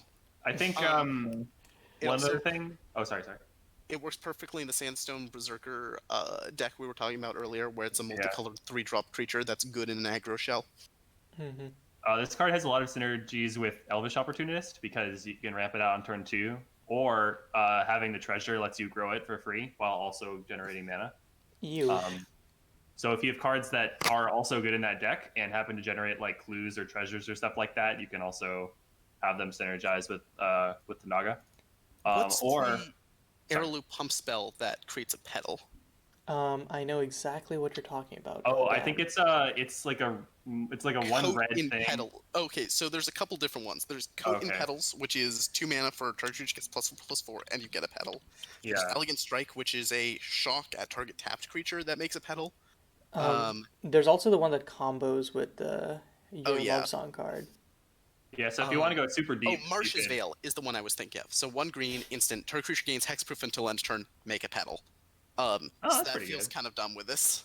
Mm-hmm. Yeah, I could definitely see, like, if you want to go super deep, this is also, you can kind of make a sort of like a deck with combo themes that also happens to be aggressive. This also just kind of says like, fuck your villainy, because like it's a 3/3, so you can't kill it with a single Immediately shrug trigger, and also like if it sticks around for more than a turn, it just kills your villainy. Yeah. Yeah. I think the thing that I like most about this card is actually just like, you can expect it to be around a 4/4 because like there'll probably be like one fetch cracked right while it's in play, and you also just get incidental hate to hard to remove card types, because if you're running like a super low to the ground sleek aggro deck, you're not going to have room to run like Lage's Green Blade or Jade Vault Reclaimer or whatever a lot of the time, and this is usually just like a card that allows you to beat down while also having a way to kill something and deal face damage. You know what's also kind of nice with this? If you play it and then kill a planeswalker, like via combat damage, this grows in the process. I don't know. I think there's a lot of little things about this that make it neat. They stack Dark Bargain. Oh my god, I hadn't thought of that. That's awesome. Oh god. That's pretty brutal, actually. Yeah. In general, I think this set like has a lot of neat like goodies for Zeus style decks, which I'm excited about. This being one of them. Yeah, I'm actually very excited to build. I've been playing a lot of green-white creature aggro decks, and I'm actually very excited to try like a green-red or a Naya one. Yeah, I I think gotta- Naya I has gotta been get like around to historically it. the Kind of nuts. underrepresented color, 3-color pair in our format. So I think if Naya can work, that'll be really, really like nice. All right, I'll see how it goes. Alright, I gotta duck out. There's some wild cards remaining, so I wish you guys the best. Okay. Okay, All see you, right, Pip. Bye. See ya. See ya. Okay, next up we have Settle the Dust, which is 2 red and a white for a sorcery that deals 4 damage to each tapped creature. Now, realistically, we already have Setting Sun, which is essentially a Wrath of God, so the main use for this would be in a creature-heavy deck, which essentially like wants to use this as like a one-sided board wipe, especially like versus aggro. Like they tap out and swing at you, and then you on the back swing, you just kind of blow up their whole board. Gets better with vigilance as well. Yeah, it's the kind of card that I think like you might want to sideboard it in some very specific cases, but most of the time there's probably going to be a better alternative that will be better in most scenarios. That's my take on it. In EDH especially, you'll run into turns where like your opponent shits out like a bunch of small tokens and one turn is threatening lethal, and something like this could be good in that scenario. But then again, I don't know like if there's much upside to keeping your own creatures on the board, or if you would just use General Wrath at that point. So Yeah, also in EDH, 4 damage is not usually enough to kill everything. yeah. Yeah. Okay, next card. Yep. So now we're getting into the hybrid cards, and the first one is All Enduring Mafua. Ooh, So- can I do this one? Yeah, go ahead. Okay, so All Enduring Mafua is it's a white-black hybrid planeswalker, which I don't believe any hybrid planeswalker exists in Canon Magic, right? I don't think so. There were a few printed in. They're in War Spark. What am I talking about? Yeah, of course. Yeah. Okay, never mind. Anyway, All Enduring Mafua is it comes in with 3 loyalty, and it costs 2 generic and 2 white-black hybrid. He has 3 abilities. The first one is a +1. Until end of turn, he becomes a 5/5 cat warrior creature with lifelink and indestructible. And he's not a planeswalker, so like you don't have to worry about him like losing loyalty by taking damage or anything like that. So basically, lets him attack as a 5/5 lifelink. Which is like A, one hell of a clock, B, super good against any other deck that's trying to out aggro you. Mm-hmm. Yeah.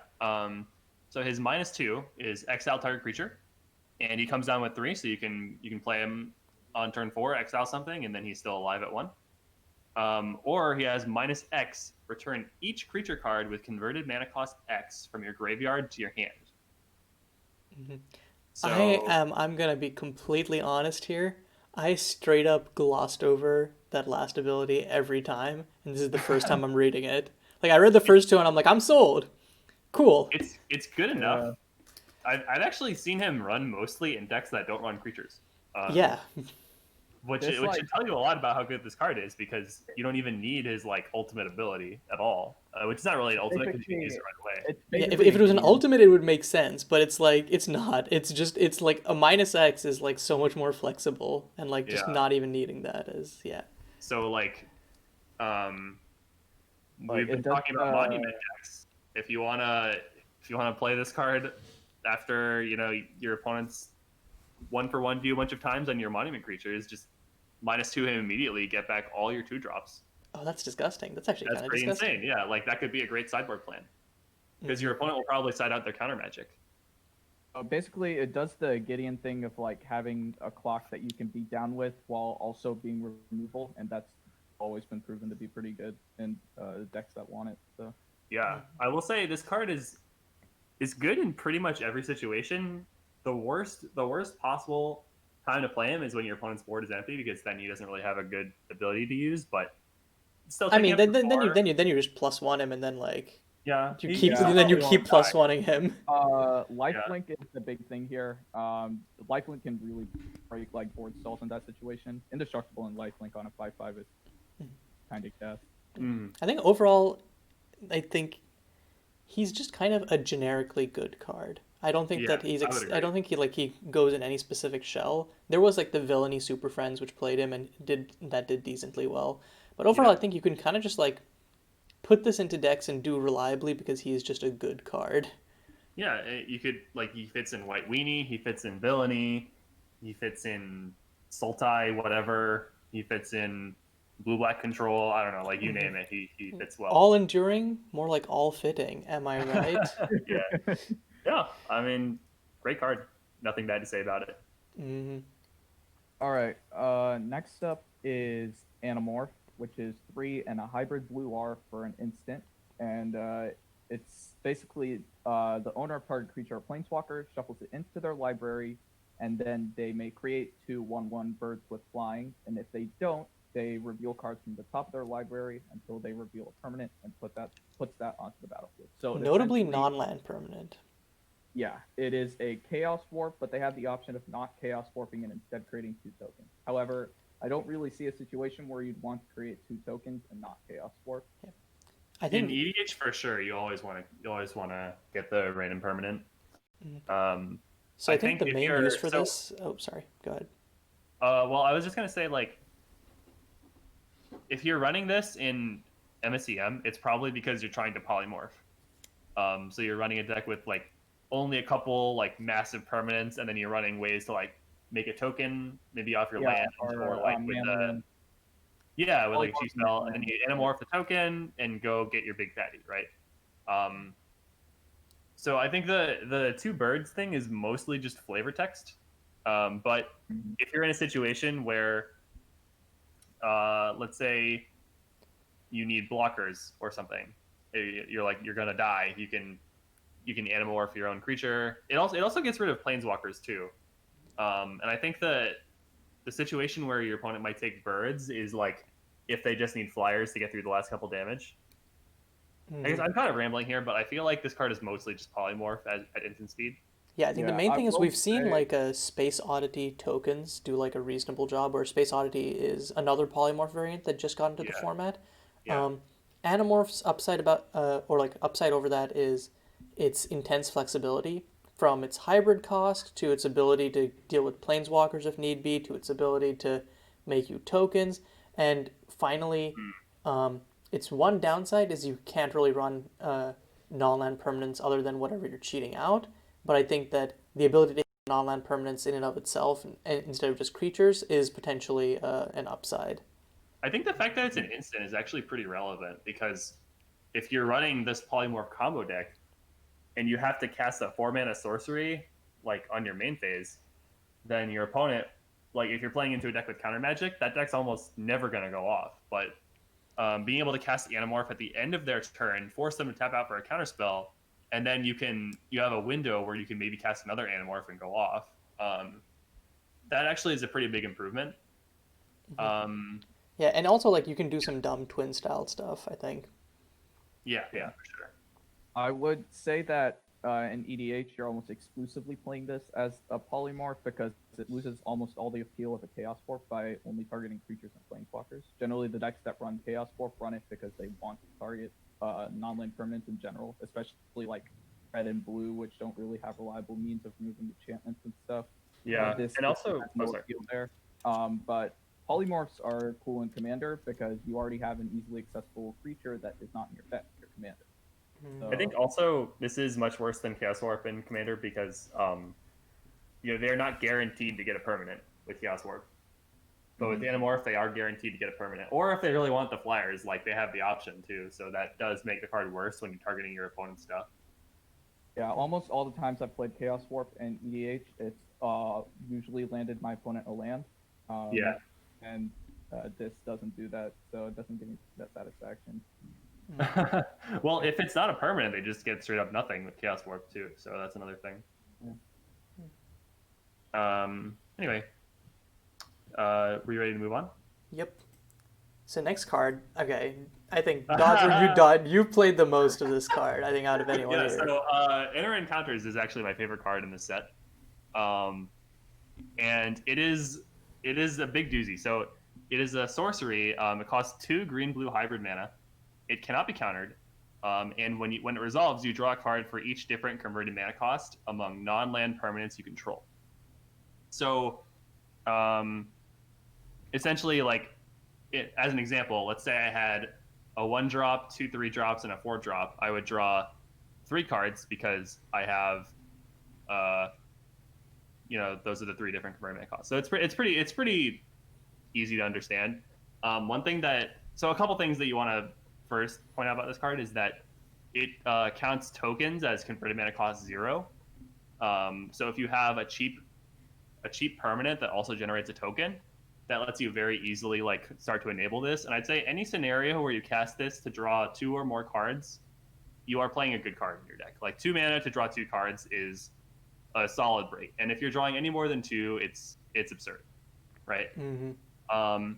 But there's also a lot more stuff you can do with this. Like you can run cards like Ancestral Council, which lets you tutor this, and then it's blue, so you can also cast it from your graveyard at instant speed with Cane Dancer.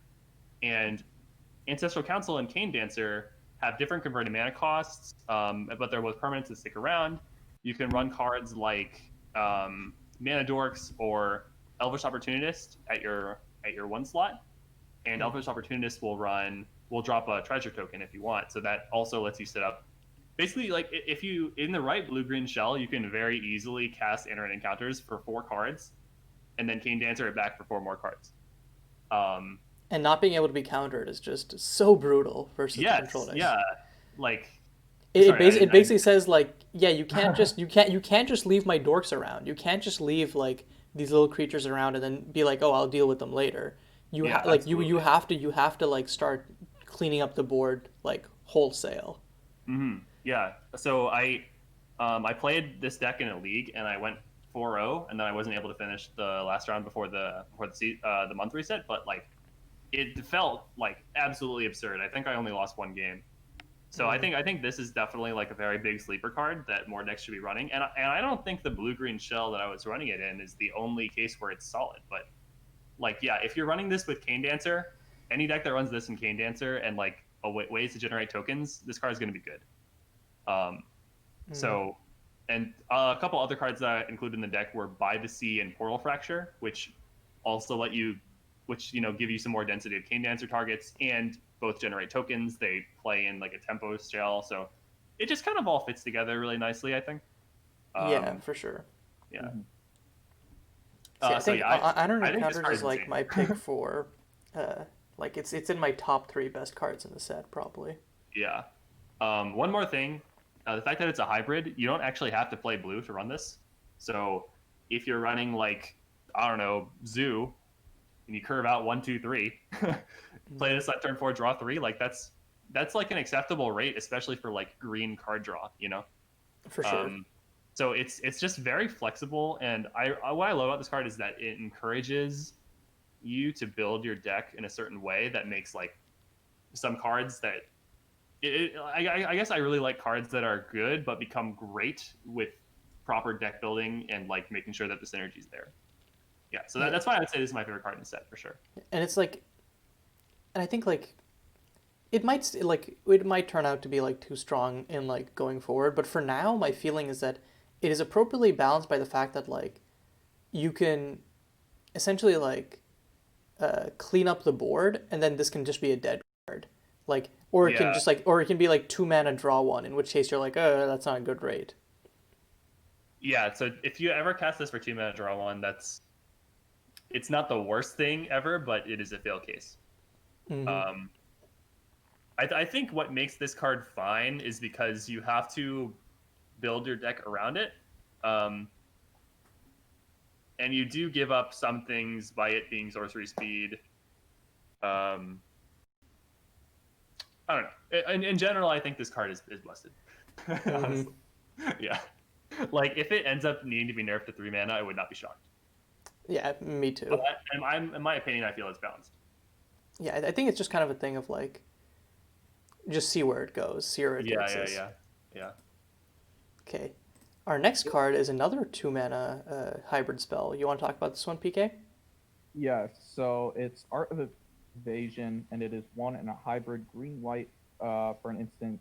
You gain hexproof until end of turn. Permanents you control gain indestructible until end of turn. So it's essentially kind of worse, weird, heroic intervention, which I've seen many blowouts for heroic intervention in EDH, although I'm not sure this really has a home in MSEM.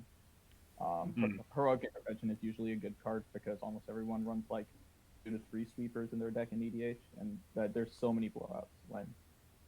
I think the problem with this card in MSEM is that a decent amount of targeted removal is exile based. Is exile or is edict based? Yeah. And the sweepers are -X/-X. This does protect against every edict except for Exant. Huh? This protects against every edict except for Exant because. Oh yeah, fair. Or like anything that says target opponent or target player. This protects against that. So like Memento Mori, this blocks, but like it is overall worse than Heroic Intervention because like Heroic Intervention you usually cared more about the creatures than like yourself. But the fact that this gives yourself hexproof like has some good edge cases. Like it beats Storm. You know, they're trying to unleash the dragon. This counters that. You know. Or like if they try to do some stupid villainy stuff, you can just this counters. I don't know. This counters like discard effects. Like if you have a key card in your hand and they try to like pry inquiry you, you can just counter it. So I don't think it's strictly worse, but I think it is worse. Yeah. This might be like one prediction step too far, but I think like what Pip was saying earlier with how decks are learning to play around Exant and cheap sweepers by going a little bit bigger. I think if we see then a shift to Setting Sun style sweepers to compensate for that shift to like bigger creatures, Art of Evasion could suddenly like its stock goes up by like a lot at that point. Yeah. So like I guess the point we're making is that even if this card doesn't have a home right now, it could very easily become a card that is well suited to the meta. Yeah, it's kind of like one of those things where like at worst it is a sideboard card. Yeah. I will say that the fact that it is a hybrid white and not mono green actually hurts it in EDH because you couldn't just shove it in every dumb green EDH creature deck. Fuck the hybrid rule. That is true. The hybrid rule is dumb because hybrid is explicitly designed to make it be able to play with both colors. Cough. Yeah. But that's a longer conversation that we can get into here. Yeah. Okay.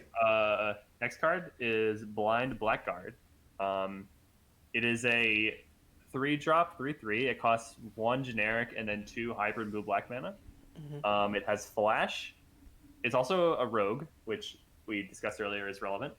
It has flash, can't block. When it enters the battlefield, target player draws a card, then reveals their hand.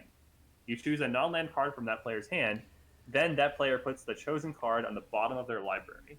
Yeah, so Vendilion Cleek is like gonna always be a premier tempo creature, and this is basically a side grade of Vendilion Cleek. It's always gonna feel bad having it done to you and having 3/3 left on the board. Yeah, and then them drawing the card first is It's actually a really big deal. yeah. The downside is that, well, there's 2 downsides. It can't block and it doesn't have flying, although it does have +2 toughness. And I think the not flying part is definitely the biggest drawback, because Vendilion Click disrupting them and also putting them on an evasive clock is really like a big part of, like, the card just does, like, it fits into a game plan well, you know? I actually think that blind black card will be stronger in black decks than in blue decks, because for sure. blue decks generally, like, they get a lot out of the evasion, whereas black, they're better at keeping the opposing board clear anyway. I could see this in like a mono black aggro deck, or like, I don't know, like some kind of like black white aggro deck, or any black aggro deck basically. This card's It reminds me of Unmasker, in the terms of representing a black creature that can attack that also represents tempo loss for the opponent. So God, don't remind me of Unmasker. Just don't. God. That was before my time, but the card seems good. No, yeah, you'd be glad you never played with it around. Yeah. Okay. Moving on to hopefully happier cards. Colony Queen. Now, I don't think this card is too crazy, but it's really fun. It's 3 generic and then hybrid, 2 hybrid black and a green. It's a 2/2 which creates 3 1/1 insect creature tokens, and those insects have flying and death touch. So this one's nice. That they only have flying and death touch while the queen is in play. Yeah, that's true. Yeah. It does remind me of Hornet Queen as being a really good reanimation target. It's honestly better than Hornet Queen, I would say. It's like, it's much cheaper. It's much more flexible. I think the problem is just like how easy, like 2 toughness is like, it dies to a base Unceasing Flames. It dies to a single villainy trigger. And I think unless you're mad flickering it, I think it starts to like look less attractive. I think you have to be abusing the card somehow, like abusing ETB, or reanimating it, or stacking all the tokens to something. Like you have to have like you have to have a reason to play the card besides just playing it as a fair card. But it is still pretty good as a fair card. Honestly, though, I could easily see, like, I don't know what the outlet would be, but playing this and immediately having 4 creatures you can stack is usually pretty good. It's the reason why people play like that one Squirrel Hermit in Canon Magic. Forget its name, but having a bunch of basically people usually play that and then immediately just sack all of them. You see similar lines with this. Or if you're running this in your sideboard, this could be very good if you're playing into like Green X big dumb dudes, you know, just drop this and you got a bunch of death touch blockers. Or just like any deck that's running like 3/3s or above. If they're trying to hit you with Intrepid, this matches up very well against Intrepid. Yeah, and like and being unpitwiltable is definitely like also a big deal. Yeah. Yeah. Well, it's not unpitwiltable, but it is. Oh yeah, you have to really work for your pitwill. Yeah. No, clearly you just go Unquenched Greed into Pithwell. That's OP. Good brain. Okay. Yeah. So I think this card is good in the right deck. Kind of situational. But yeah, let's move on. Yeah. Next up is a card that we brought up earlier in the review, and I think it was you, Dodger, who brought it up. So you want to talk about it? Yeah, so I've actually been brewing a lot with Flatbow Artisan as well. Flatbow Artisan is a blue-red hybrid creature. It costs 2 blue-red mana, two blue-red hybrid mana. It's an auto rogue, again with the rogue, always important. It is a 1/3, and the base creature has instant sorcery spells you cast, cost 1 less to cast, which is a good ability for a 2-mana 1/3. It has a tail also as well, which also costs 2 blue-red hybrid mana, and it's called Ride the Wave. And it, as an instant, lets you copy target instant or sorcery spell you control, choosing new targets, obviously. This is like quintessential. This is the creature I want in Storm. Yeah, this like does everything Storm wants. Absolutely everything Storm wants. But I've actually mostly been playing this in like semi-fair decks where you try to copy like certain spells that either are big but are like big effects but massively discounted, or certain spells that have an additional cost to cast them but have a powerful effect. And if you cast Ride the Wave to copy that spell, you don't have to pay the additional cost again. So if you're casting something like Agonizing Torment, I believe is the name of the card, which is Agonizing Punishment. Agonizing Punishment, yeah. So it's a 2-mana sorcery, or maybe it's an instant. I think it's a sorcery that lets you have to sacrifice a creature, but you torment target player 3 times, which means 3 times they either lose 3 life, discard a card, or sacrifice a permanent, right? Which is a very powerful effect for 2-mana sacrifice creature. And then if you just add on to it for another 2 mana, then tormenting a player 6 times is obviously insane. And also, like 4 mana, build your own Torment of Hailfire. It's actually only 3 mana because Flatbow Artisan also discounts the Agonizing. Oh God, yeah. Ugh. Yeah, so I have been playing around with disgusting. that a lot in either red-black or blue-black shells. And this also fits pretty well into the kind of like Cane Dancer, By the Sea, Ancestral Council, Anurin Encounters shell that I was talking about before. So you could play like all these cards in one big package if you wanted to, although I'm not sure that's the best idea. Like Flatbow Artisan. The point is like if you cut out green, like Flatbow Artisan plus Agonizing Punishment would slot in well to that shell. For sure. Yeah, so that's just one case you can use this card, but also as PK pointed out, it's a great storm creature, does everything you want.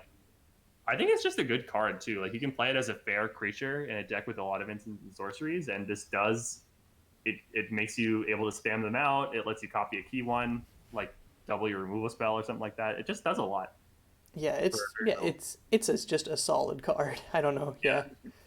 So like you can do some crazy combos with it, but it's also just a good card. Okay. All right. Next up is Glinthide Hero, which is 1 hybrid blue-green for 2/4 Lizard Warrior, and it has Prismatic. Whenever you cast a multicolored spell, you draw a card. So the one place I've seen this so far is there was a crazy deck that Crush Castles had, which used one of the Coalesce creatures, which untaps all permanents you control. It's 2 green and a blue, so you would basically just kind of storm off by like untapping all your permanents, retapping them. Then you coalesce it, you do it again, you draw a bunch of cards. Was that the blue-green Dreamsight deck? Yeah. Yeah, that deck was sweet. I was goldfishing it after he posted it, and it was kind of sick. Yeah. We just draw so many cards. Yeah, Glinthide, I think at 3 mana, it's kind of in the sweet/sour spot of like, I think if it was 2 mana, it would be a little bit much. At 3 mana, it's probably balanced, but like, it is definitely balanced, but it is kind of like, without any ETB value, it kind of like starts looking a little bit sus. So like, it's the kind of card that like you wish could cost like 2.5 mana. Yeah. Yeah.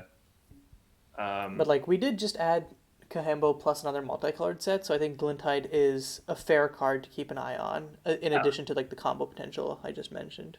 Cards like this, they always get better with time because the biggest thing holding them back is lack of density of the kind of cards that enable them. So like this card could be insane if you had like 4 Oracle's Vision variants or whatever. God, I wish. Whatever other thing you want to do with it. 4 Oracle's Vision variants would be insane in and of itself. Yeah, so just like Mill is now tier 0. Yeah, I think it's important to talk about the potential of the card too, even though like maybe the support for it isn't there right now. Yeah, just need a few more like hybrid cantrips essentially. Yeah. Okay, so Um, cool. So our next card that we had marked was Hemway, the All Mother's Hand. Um, now this is I guess this is the first card that we've seen from Kahembo with one color cost and then a hybrid cost of two other colors. So like kind of bringing back that convention that they had from, I believe it was Alara Reborn, was the only canon set to ever do this. mhm. Um, so it costs three generic, one white, and then either a red or a green. So it's either a green white or a red white planeswalker. Mhm. And it's 5 mana, comes in with 5 loyalty, and it's actually got 4 abilities. So for +2, you get to give up to one target creature you control +3/+3 trample and vigilance until end of turn. For Mhm. -2, you can destroy any artifact, enchantment, or tapped creature. For -3, it makes a 1/1 insect, a 2/2 cat, and a 3/3 ox.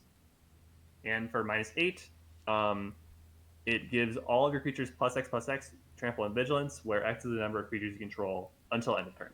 Yeah. So I think the obvious comparison with this is Seto-san, because Seto-san's alt is very similar. I think it has the same +X/+X where X is the number of creatures you control. Seto-san is a white X planeswalker for 5. Um, I think the big problem though is that Seto generates creatures to use for her alt on her plus.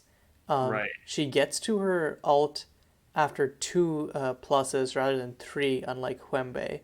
Um, Hembwe is more flexible, but I still think that in most decks, Seto-san beats out Hembwe for that slot. Yeah. So my take on that, or did you want to speak, PK? Sorry.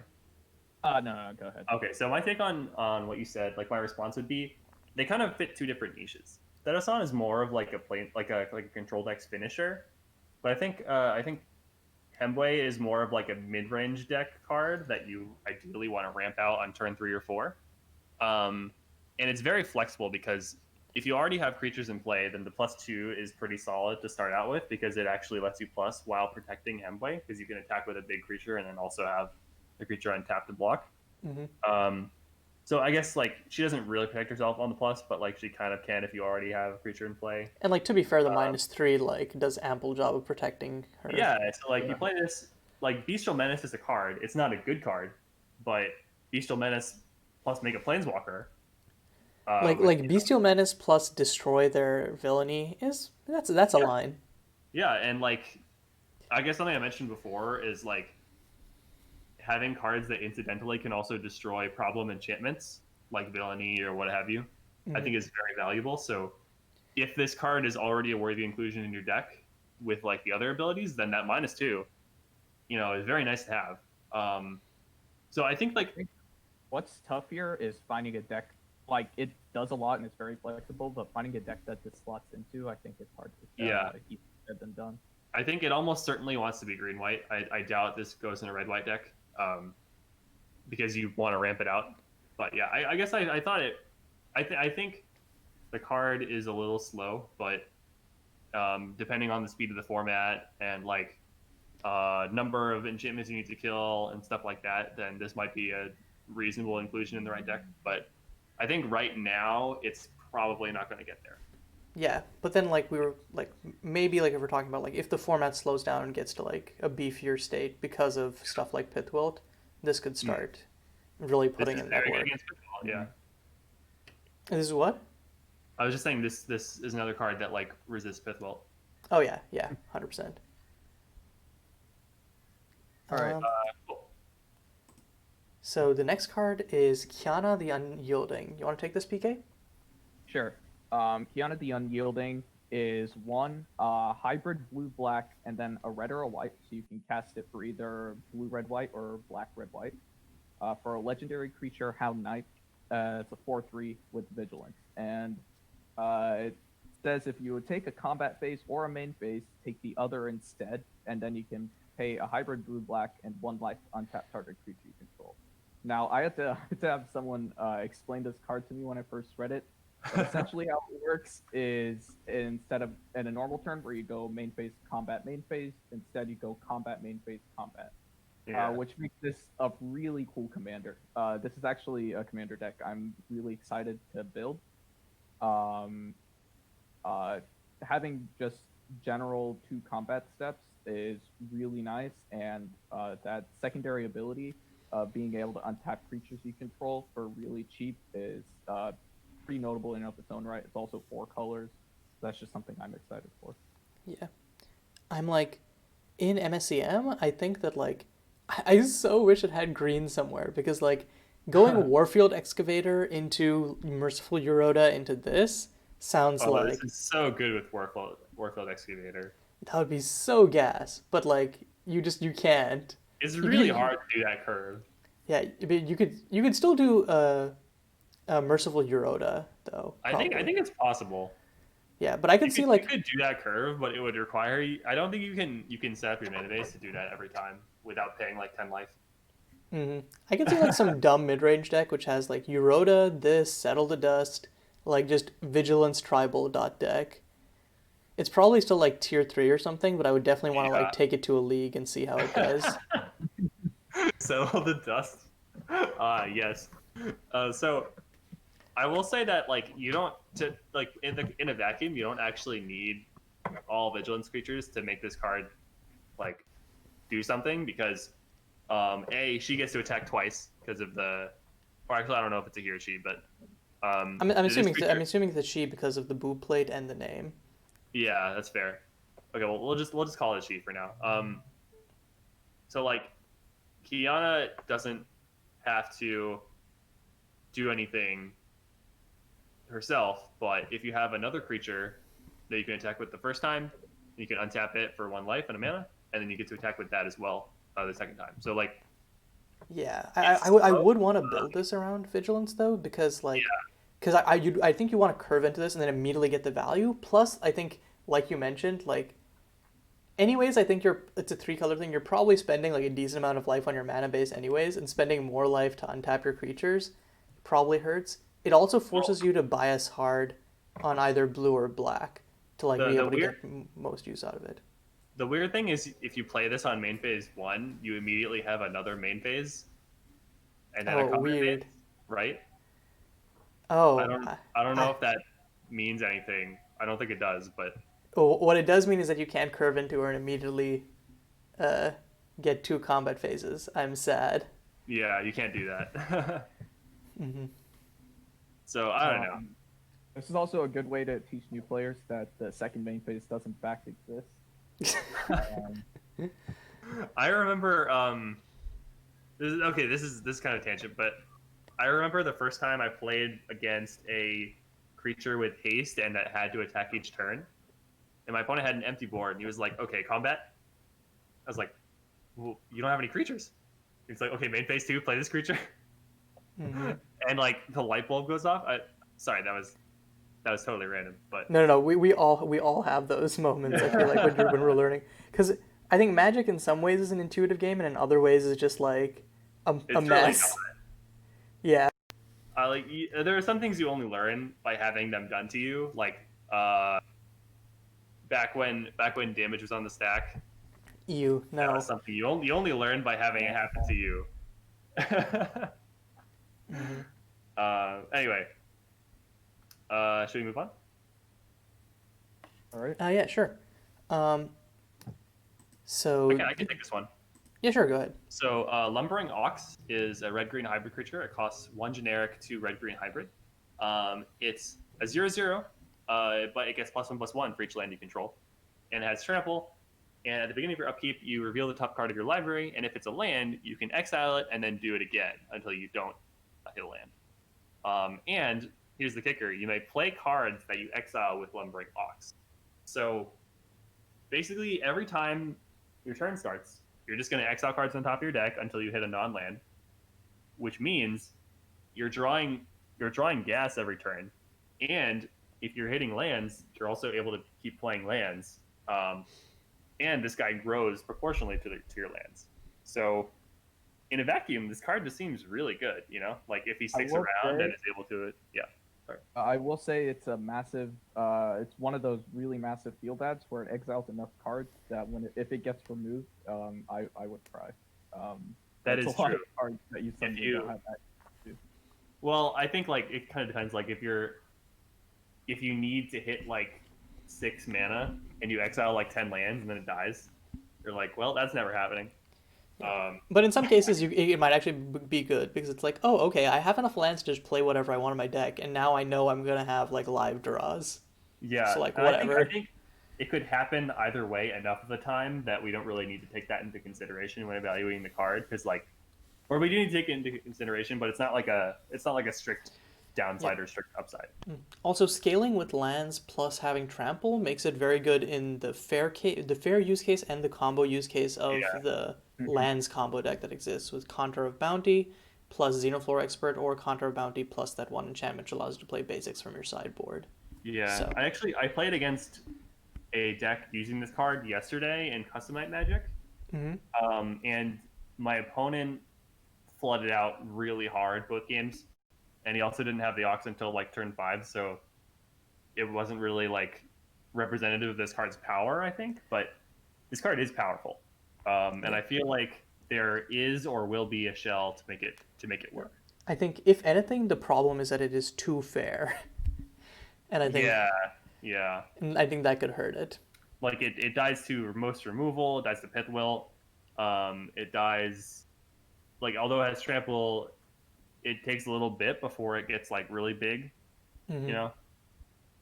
So and the fact that you have to build your deck around it a lot, I Hmm. think, to get a bunch of extra lands into play before it's like oh this is like a 3 mana 7/7.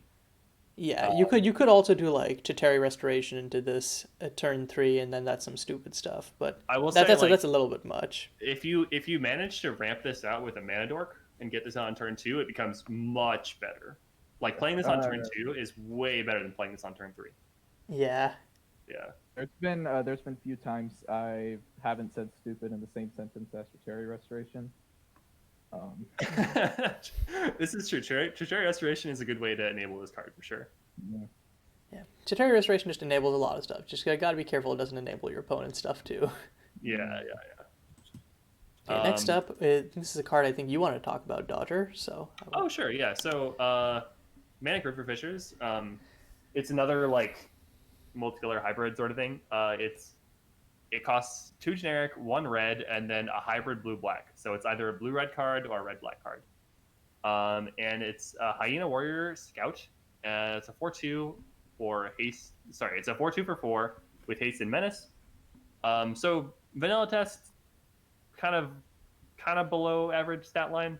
Haste and menace means it's probably going to get in 4 damage, so not the worst, I guess. hmm Um, but whenever it attacks, you can search the defending player's library for an instant or sorcery card that shares a name with a card in their graveyard and cast it without paying its mana cost. That player shuffles the library. So I initially thought this card was pretty cool, and I ended up building a janky mill deck that had like it wasn't really a mill deck, but it had like self milling and like cards that incidentally also milled the opponent. And I was also playing like into Verity Valley, so like it was kind of a mess of a deck. But Manic River Fishers was pretty strong in most cases because I had happened to mill like 5 cards from my opponent. Um, and I think most MSEM decks are running like a decent amount of like reasonable instants and sorceries.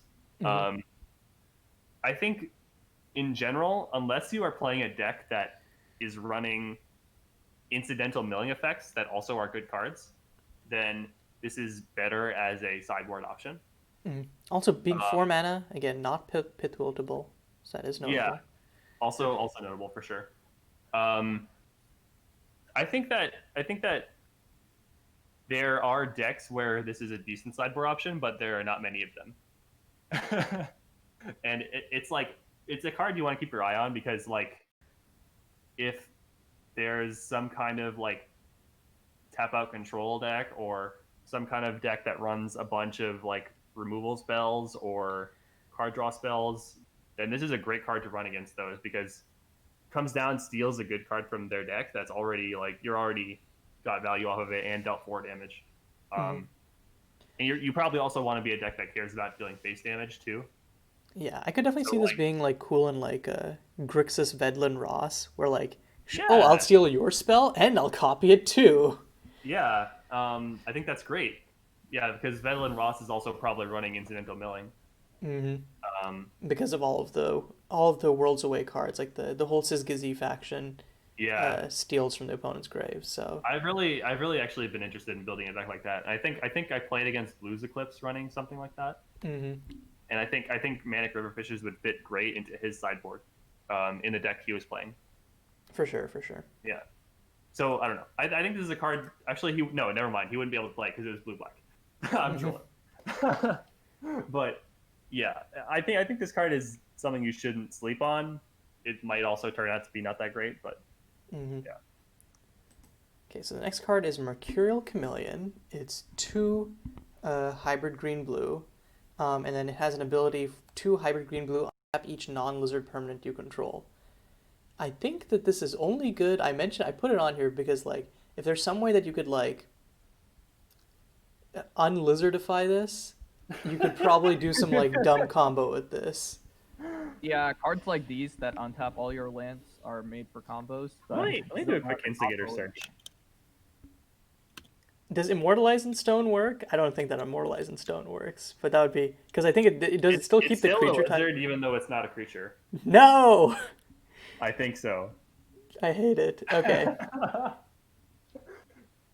um. Okay, I just did an instigator search for lose creature type, and none of that returned anything. okay. So Oh still, wait, hang on. I'll keep. Okay, no, never mind. Oh. Oh wait, no, that one doesn't work. Oh god. Okay, if you target it with Reclamation Grove Sculptor, oh no, it loses its abilities. Never mind. Okay. Yeah. Okay, Alright. we'll have to wait for something that can alright. remove its creature Yeah. types. There'll be a card someday that'll make this good. Can we just get nameless inversion, please? Ooh. Yeah. Whoa. All right. I hope some dev heard that. I mean, All right. Okay, I guess I want to give the card a fair shot, like at talking about what it actually does right now. 4 mana to untap all your lands is a little bit expensive for this effect. I think like Early Harvest is a card that has seen play in Canon Magic as enabling combos, but that's only 3 mana. But the upside is obviously that you can do this every turn, and if you have a way to untap the chameleon, that's also a good way. So like if you have a creature that's like tap untap target creature, that's also a really easy way to break this. For so sure. like there's things you can do with it, and I think you could probably have this in some kind of like EDH combo. Yeah, I think the main thing is just like I feel like a deck that is running this also wants to have a fair game plan because like the combo part of it is very fragile. It's a four Yeah, it's it's a a format 2/2. Yeah. yeah. So like the question is what type of fair game plan would this work with? And I think we just need to The find answer is something. probably 0. Yeah. Yeah. But fingers crossed, fingers crossed. I do love the design. It's a really cool card. Yeah, for sure. Yeah. Okay. Next up, we right. have another green blue hybrid. This one I think is far more playable. Take it away, Yeah. PK. Yeah. All right. This one is called Pangolin, and it is 1 and 2 hybrid green blue for a 3/3 Pangolin shapeshifter. You can pay a hybrid green blue to get it hexproof. Pay a hybrid green blue to move any counter from a creature you control onto it. And then you can pay a hybrid green blue, and whenever it deals combat damage to a player this turn, draw a card. Activate this ability only once each turn, and then 1 generic to give it +1/-1 or -1/+1. So this is one of the more interesting Morphling variants I've seen. Is this the first Morphling variant in MSEM? I think there are others, but none that have been this close to playable. Because like 3 mana is big money, and it has inbuilt protection. It has inbuilt card advantage. Of course, the problem is it does have a serious case of dies to exit, but I think if people start moving, like the problem is exit goes in the same decks with Pittsburgh, but like I think that like Actually, not really. I mean Pizzle villainy also goes in like your Sultai like generic good stuff decks that run Mana Dorks and Sangjin stuff like that. well yeah not exclusively the same decks, but like I think that most decks that play Exant also play Pizzle. Yeah, I think that's a better way of putting it for sure. Yeah. But yeah, like other than the serious crippling weakness to Exant, this is just an insane card. Yeah, it's a really, really solid creature. So I does a actually lot have of this. I actually have this in my sealed pool. I And know. I hate it. that was the first time I actually got to play with it when Caillou and I played last night, but it was pretty insane. But yeah, we're talking about MSEM. I think that it's interesting in that it actually like many Morphling variants cost like 5 mana, so the fact that this can come down on 3 is very good. And the fact that it isn't like, well, Brightling isn't awful, but like I think that like this is a true like Aetherling caliber card. Yeah, so I think in most cases the strongest ability is the fact that you can draw cards with it if you're hitting them. And if you're attacking with a lot of open mana, your opponent often won't have a good block because you can turn it into whatever you want, like make it a 2/4, 1/5, or like 4/2 if they have a creature they don't want to die. And then if it's unblocked, you can just be like, all right, pay 1 mana, draw a card. So I think that in general, like this card is good when it's in play and you have mana, but getting there is the problem. So one way that I could actually see doing that is if you have something like Spectrum Archmage, because that actually allows you to flash the Pangolin out. Ooh, that's a nasty combo. Yeah, so like generally if you have like a 3 mana creature that you really want to just like survive, I would look to cards like Spectrum Archmage that let you like essentially give it flash. Ignition point. Think. Yeah, like just anything that like, because like this card is a lot worse when you have to wait till turn 4 and then play it and then hold a mana up. So like I don't know. You could also run this in a control deck as a finisher, maybe, but I think that's pretty. Actually, that's terrible. Never mind. I mean, it would have. I think it would be reasonable if we didn't already have Nocturnal's Informant, which which for the most part does what this does, except you don't need mana investment to protect it. And I think the second ability is mostly just flavor text, but you can run this in like some kind of counters deck. It would usually be a green deck, I would assume, as kind of the top of your curve, and like you generating a bunch of counters and then moving counters onto this will allow you to put more counters on Avatar of the Natural. So if you have Avatar of the Natural and this in play, or like your experience creatures, you just like well, if you have Avatar of the Natural and this in play, you're essentially paying 1 mana to put a counter on Pangolin. Because moving counter gets out of hand incredibly quickly. Yeah, so like that's a good combo. It's kind of slow for what those decks are trying to do though. So I don't know if Pangolin is actually a good choice for those decks, because generally you just kind of want to drop your creatures as fast as you can and face roll the opponent. But it is a resilient threat, so maybe it goes in the sideboard. It draws cards too. Yeah, and I think in those decks, like Exin starts becoming much less of a problem, because you're like, well, I have this Elvish Opportunist or Primal Ruffian who I can just like who I played on 1 and then I can sack and then I keep my beautiful Pangolin boy. Yeah, hard agree. All right. Next up is a card that we've mentioned about 1 billion times already. And I think it's my pick for the unquestionable best card set. I think there was a recent survey about best card in MSEM. I think that Pithwilt is, just by virtue of its flexibility, is arguably the best card in the format right now. I think I answered Intrepid. But... Intrepid is also dumb because of its flexibility. But I think the important point is just cards which go in many decks end up being like format defining, and Pithwilt, by virtue of being, it's either essentially white black or green black, and it is shoot anything that has converted mana cost 3 or less, which is huge in a format where like Villainy and Intrepid exist. It's true. Yeah. It's uniquely good in MSEM. For people who somehow don't know what Pithwilt does by now, it is a hybrid green-white and then a black to destroy target non-land permanent if its converted mana cost is less than or equal to the number of colors among spells you cast this turn. And this happens to be 3 colors, so it's a better abrupt. Yeah, I think the important thing to note is, so some people read this and were like, the number of colors of mana, and it's like, no, it's the number of colors among spells. So Pithwilt, it's CMC 3 or less. And like being able to scale this with blue spells is also kind of nutty. Like the fact that it is essentially abrupt decay, but like sometimes you can just scale it to be bigger, like crazy. And it's very much like the you must be this tall of this format. If like, Yeah. yeah, Oh, sorry, go sorry. ahead. Well, I was just going to add to your point about the fact that you can scale this up. That's actually not as hard to do as you might think, because if you're running a 4 or 5 color deck, this card has a hybrid cost. So really, all you need is a black and a green or a white, which is a lot easier to do. Yeah, you could even run this in like a 3 color deck. Like you could easily turn it on. Like Sultai or Esper, easy. Yeah, because like you could just be running a good hybrid card of a color that you don't actually have in your deck, and then that's just extra potential for Pithwell to kill something that costs 4 or even 5. Actually, 5 not possible in that case, but yeah. It's just So, like- incredibly flexible. It's like it's so much. It has so much going for it. Like the fact that it's hybrid and its effects and how easily it slots into stuff. It's ridiculous. Yeah.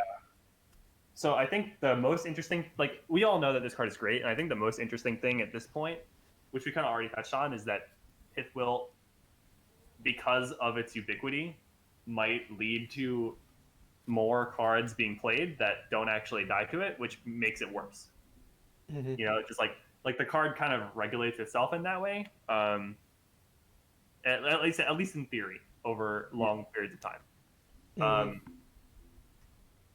So I don't know, like it's always interesting to see how, if you have a format with such a strong removal spell like this, that what threats end up becoming better than you might think at first because of like how they interact with available removal. Yeah. It is And format attacking defining in like all senses of the word. Yeah. I am glad it is something that like gives a little hit to villainy. Though the irony is that like now the villainy decks are adopting it, and I think that's kind of that like I think that is my Yeah. I think potentially like Obzon villainy is like my I'm not going to get off into too much of a tangent, but I think that like having easy access to like the best removal spell against one of the best permanents in the deck that wants to run that permanent anyways can lead to some like type Yeah. deck composition / matchups. So like I want to monitor how that goes as the format continues to be played. Cool. Should we move on? Sure. Okay. I think that this is a card you played a lot of. Yeah, I want to talk about my baby, Plaxolotl. It's 1 blue and a red, or 1 and then blue and a red, blue and a red. But you're basically never going to be actually casting it because it has an alt cost where if you spent exactly red on a spell this turn and exactly blue on a spell this turn, you may cast it without paying its mana cost and as though it has flash. And it's a 2/3, which is kind of a relevant stat line because it doesn't die to a single villainy trigger. But its big boon is that whenever you cast an instant or sorcery with converted mana cost to 1 for the first time each turn, copy it. You may choose new targets for the copy, which is just like, excuse me, I get double scored. I get if I need a dig, I get suddenly all of my cantrips are like 1 mana divination. Like, oh my god, like this card every time like I've landed it, I don't think that I've lost a game. It is just that good. It is. It's pretty insane. Like, just think if you just assume this costs 0 all the time, that it's obviously insanely broken. And you can build a deck where it costs 0 like 70-80% of the time. That alternate cost seems really hard to proc, but it's strangely easy. Yeah. I think that like I've played this. Yeah, I think Phoenix's is the obvious place for this. It fits slots in so well there. It does a number. I want to see like Ninhasir Blue, if that could potentially be a deck, and if so, if this would like work well in that deck. It's like Ninhasir's copy 5 through 8. You could maybe even run this in Storm. God, you know what? Like, maybe. honestly, you double your rituals, or I don't know if there's any 1 mana rituals, maybe not, but like. But it only doubles 1. But I think being a free spell, which for the first time, I see. Yeah. Oh God! If it was each and every one, then this would be. That. Yeah, if it was each and every one, it would be broken as hell. Like it is still, and it's still like I'm still side eyeing this boy. Good. Yeah. Yeah. There's so many cards in this set that you're like, man, this card should be insane. Like everyone should be playing this. And I think that like it's the fact that everyone isn't playing this is a function of two things. One, the format just has a higher power level in general, so cards that look great can sometimes be held in check by existing cards. Second thing is the Slightly format is smaller small. player base. Yeah, exactly. The format is Yeah. small, so like people just kind of play what they like or play what they know. So the cards that maybe if this was if larger format where it was more solved, cards that aren't as played would probably be more played. Yeah. Yeah, yeah, yeah. I agree. It is kind of an interesting thought experiment. Like, what would the best decks be if like the net decker force was available and like we had lots of data, stuff like that. Yeah. But Unfortunately, like all hard of to us are say. yeah. Unfortunately, like I think 90% of us are stupid, so we just kind of like are like our assumptions about what is good and what are not are kind of like blindered. So I like that's actually kind of why I appreciate having you here, Dodger, and also you returning Pikachu, because I think both of you guys have like kind of an outsider's perspective on the format, and therefore like your brewing will kind of be like not as tainted or influenced by like the commonly accepted principles that people already have about the format. Hmm. So I think that's really useful. Okay. Yeah. Okay. Well, Plaxall is busted. Next card. Next up, Rage of the Ravaged. I put this on this list just to quickly mention that it is our first red card that can prevent life gain, which makes it a good sideboard piece. I don't really think that like it bears mentioning past that, but yeah, it's basically just good for that one purpose. If you're I like don't think I don't think many people play straight up like red deck wins, but I feel like red deck wins should be good. And this Red card Deck goes Wins from red has deck to the kind of like sideboard. done well in like basically Yeah. or like Red Deck Wins or like Lava Spikes has done like well. I think people just get bored of it and they're like, well, we know this is Yeah. good. Well, what else can be good? But I Yeah. think Yeah. that Yeah. I mean, if you're playing red deck which is kind wins, of you should funny be because running like this. 6 months ago, um, I think like 6 months ago I did not think that aggro was going to be good in this format. Like I thought there were too many tools against it.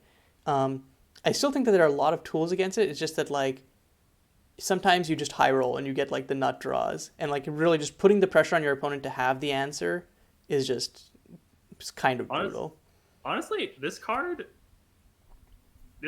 like single-handedly wins the red deck wins versus villainy matchup. I feel Kind of it all because like they can't gain life. They're if they play villainy, they're just going to take damage, um, and all of their spells that they're spamming are going to deal 1 damage to them. Like yeah. I this, think this is this is basically also winning like the matchup on its like own. I think you bring this in against like decks that have stand unassailable in the sideboard as their main way to beat aggro Yeah, because yeah. then it's just because then they're so sad. I guess it's not unbeatable because they do have Pithwell most of the time, but Hmm. yeah. But it's just another thing that like I think you just kind of have to put a density of stuff that they have to answer with Pithwild and like that they Right. can't answer with other stuff, and then suddenly it's like oh no. Yeah, yeah, yeah. I wonder how many more times we're gonna mention Pithloop before the review ends. If anyone has made it to this point in the review and has the patience for it, please go back and count, make a compilation of the number of times that we mentioned Yeah. Pithwild. I'll PayPal anyone who does that $10. Okay. Next card. Yep, and I think this is one that Oh, Dodger this is you put on. Take the bait. okay. Yeah, sure. So, take the bait is 4 mana for a sorcery, and it's a white-black hybrid card. So it's 2 generic white-black, white-black. Each player sacrifices a creature with the highest power among creatures they control, and a creature with the lowest power among creatures they control. So this is like it's a pretty weird effect at first glance, but like basically what it does is it kills their strongest creature and kills their weakest creature. And it'll also kill yours, but generally we're assuming that if you're playing this card, you're not going to be running many creatures. So I think that we've been talking about villainy a lot, and the first deck that I would actually look to run this is villainy. And I know Pipsqueak was saying that this was almost a consideration for the sideboard in the no rest villainy deck. So like, I think right away that's definitely a good home for this card because killing 2 creatures with 1 card is obviously great. It's also white, and white often is kind of lacking in like removal that also generates card advantage. So that's another scenario where this could be strong. It gets around hexproof. Usually it's going to be killing at least one thing that you really want to kill because it kills the thing with the greatest power. And then also killing like the lowest power could be in the worst case it'll kill something strong in a token, and in the best case it'll kill like both their creatures. Yeah, my I thing think, is in white. Oh, sorry. Go ahead. I think a really good scenario for this would be like killing their best creature and then killing a Manadork, which is massive tempo loss. I think the main thing is in white. If you're running this, why are you running this over Setting Sun? And the answer would have to be that your opponent is playing enough of a density of indestructible creatures that you want to have something to deal with that. Yeah, that's fair. But yeah, I think that like the other potential answer is you are a token deck, but true. or you're some kind of like aristocrats deck. But still, that doesn't sound like the kind of deck you want to be running. Take the bait. So Yeah, I like think just 4 mana sorcery like hurts it a lot. I think like because of Yeah. that, it has to be a sideboard card. Is the way I feel oh, about it. it's I think it's 100% a sideboard card no matter what. Mhm. It's more about like when I decide to put a card in my sideboard, it's like, okay, well, why? Like, what matchups do I want to improve in? So, if you are a villainy deck, you want to improve in matchups where your opponent is running some gigantic hexproof creature. That may be, and they also are going to have tokens, so exam won't work. Something like that. Or, like PK said, this is really good against decks that use mana dorks to ramp out creatures because it kills the creature they ramped out and it kills mana dork. For sure. So I think that's a perfect place where you might want to take the bait. So like I guess we're mostly just talking about this as a sideboard card, but like sideboard's important.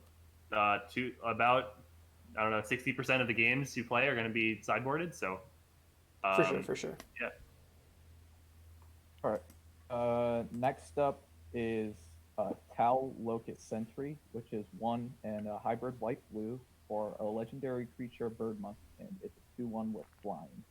And when it enters the battlefield, you choose a non-creature, non-land card type, and spells of the chosen type cost 1 more to cast. I'm not high on worse Talias personally. So I actually ran this in my league deck, and I went 4-1 with it in the deck. I think it is a pretty solid card. I wouldn't say it's just a straight up worse Thalia because flying is actually pretty important. If you're running this card, you're likely to be an aggressive strategy, and that means that you're likely to care a lot about the evasion. Now the deck I was running it in was green-white, so obviously that deck won't have as much access to evasion. And I think this card is more of a white card than a blue card anyway, because blue is generally going to want to play more non-creature spells, and it already has decent flyers. I'm curious, what did you usually name? So it kind of depends on the deck you're playing against, right? So I think that this is actually a pretty skill testing card because you need to know like what kind of cards your opponent might have and what you want to maybe stop them from doing. If you're against villainy, if you play this on turn 2, you almost always name enchantment, I would say. Just preventing them from playing villainy on 3 is really important. I think like it's really just about the situation, and if you're able to name the right card, it can be very, very good. But if you don't know what you're doing, then you just might name the wrong type and then it won't do anything. So that's the problem with the card for sure. I also think that like it's not strictly worse Thalia because you can break the symmetry. Like also true. Yeah. Yeah, like I think how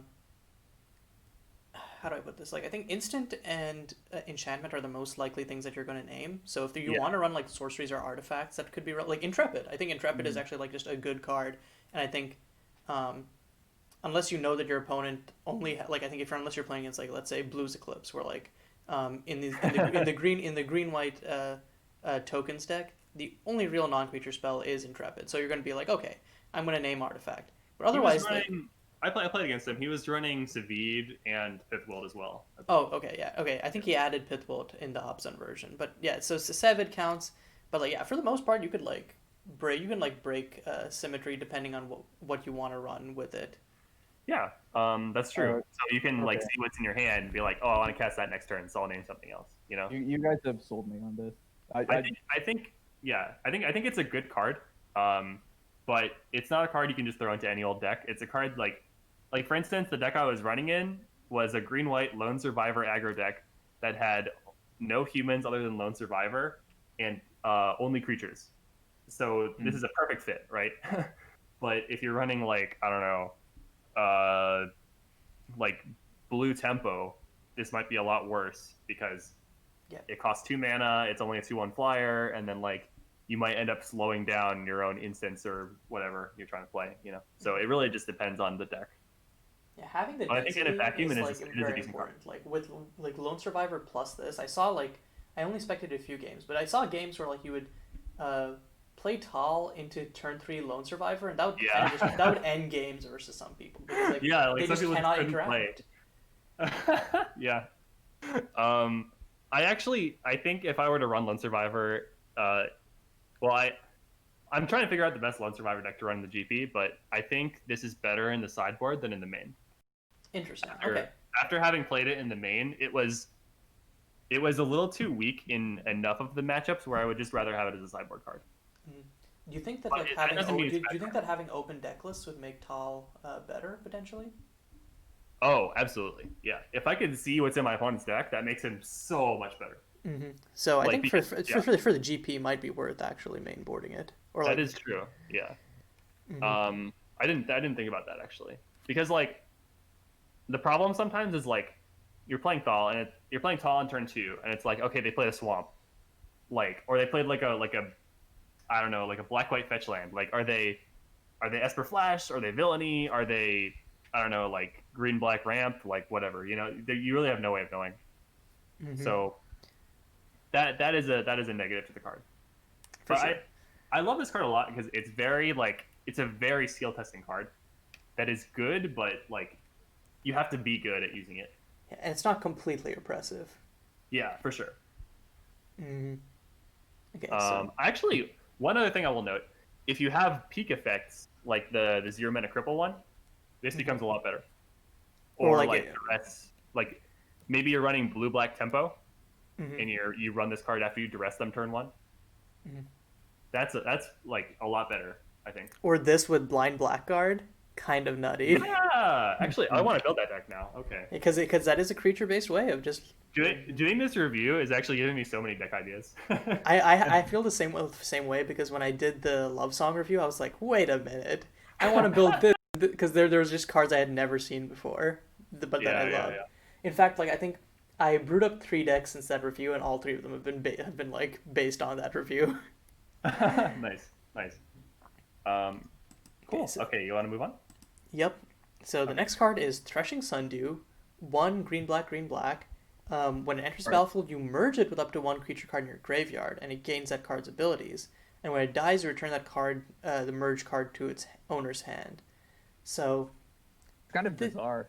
it's bizarre, but it seems like just like a good mix between like a fair card and a just 3 mana reanimator spell. So just to clarify to everyone what merge does, I believe it works like mutate for Mycoria. It 100% does, yeah. So what happens is you get to pick which creature goes on top and which creature goes on bottom, and they become one entity with all the characteristics of the top card plus the abilities of the bottom card. So in general, you're going to want to put the Sundew on the top if you merge it with a creature that's weaker than a 3/3, and you want to put it on the bottom if you merge it with a creature that's better than a 3/3. Gotcha. In general, yeah. Because like, really, the Sundew doesn't add anything except the Death Trigger. Yeah, I think like yeah. I think we could see this like we mentioned Butcher of Shallow Graves. I think that like This a is more great like for the Shallow Graves deck. Yeah. yeah, exactly. Like just like like when you're looking to like not 100% reanimator and you want like a fair game plan. I think that's like a potential deck. It's also just a reanimation spell if you are a reanimating creature with a sick ability. It doesn't actually get the ETB, but if you're reanimating like the 8 mana 8/8 that makes your creatures 8/8s or Platinum Colossus or something like that. So you could definitely have like a mix where it's like and it copies the power and toughness too. So you could You could horrific for the progenitor. first 2 turns. Yeah, this is a great reanimation spell for horrific progenitor because it actually goes back in your hand. Wait, and also, how does this interact with Pithwilt? So if you put the creature on top, whatever creature on top, it'll be that converted mana cost. So okay, so it interacts very nicely against Pithwilt. Yeah. Okay, very That's nice. really interesting. So I think this card is actually one of the better removal spells out there. Reanimation spells out there. Mm-hmm. I guess like you could say the downside is that the card goes back in your hand if you're running reanimation because then you can't reanimate it again. And it's also an ETB trigger. So if they kill the Sundew in response, you actually won't get the creature. And that means it gets countered by like Lightning Bolt or whatever bolt effect you want, right? So I will say that this, along with Reanimator in general in this format, has a problem of not having like really good targets. Like we don't have a Gristlebrand or anything in the format. Yeah, and I think like I think Exit that's probably makes by it to that design, to play. be honest. Yeah. I don't think I want Reanimator to be tier 1. Yeah, I think like having Exit and stuff makes it harder to like our value threats need to like they just need to like do different stuff to like keep up with like the nature of our removal. I mean, this is good against Exant though. If for you're sure. something that you can cast. Yeah, so I think this card actually should probably be getting more play than it is.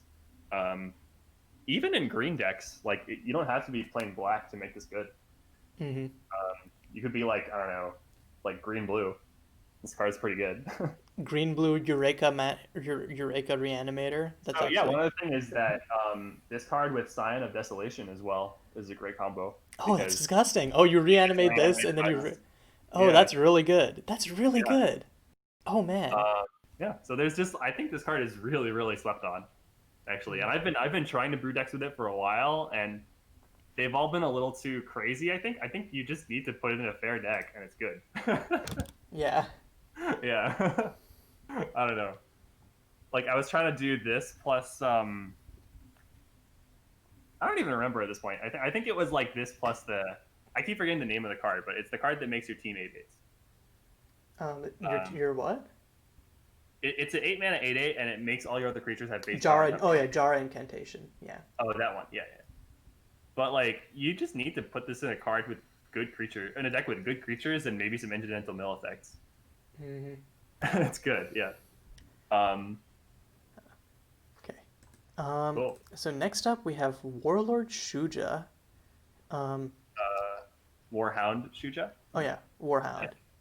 Okay, I'll take this one.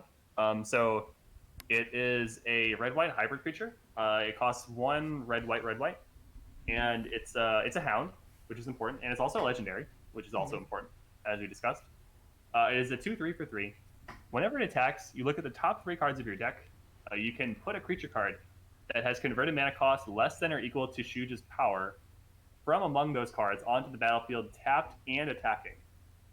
Put the rest on the bottom of your library in any order. So I honestly think this is a great aggro creature. Like, that's a really good aggro creature. It's pretty fantastic. Like hounds or no hounds, it seems pretty good. Which is why like we were discussing like maybe just talking about all the hounds at once, but then like this is just good. Like this is just a really good card in both red and white. Mm-hmm. Also, like it plays very nicely with like power increases. Like there's a card Sword/Board, which is essentially it's a split card, which for a white you can give a creature +2/+2, and for a red you can shock something. That card is kind of fallen out of. It's Fuse, I think. Oh, that's really good. Yeah, it has kind of fallen out of favor with like all of the new burn spells, but I think that plays very nicely with Shuja.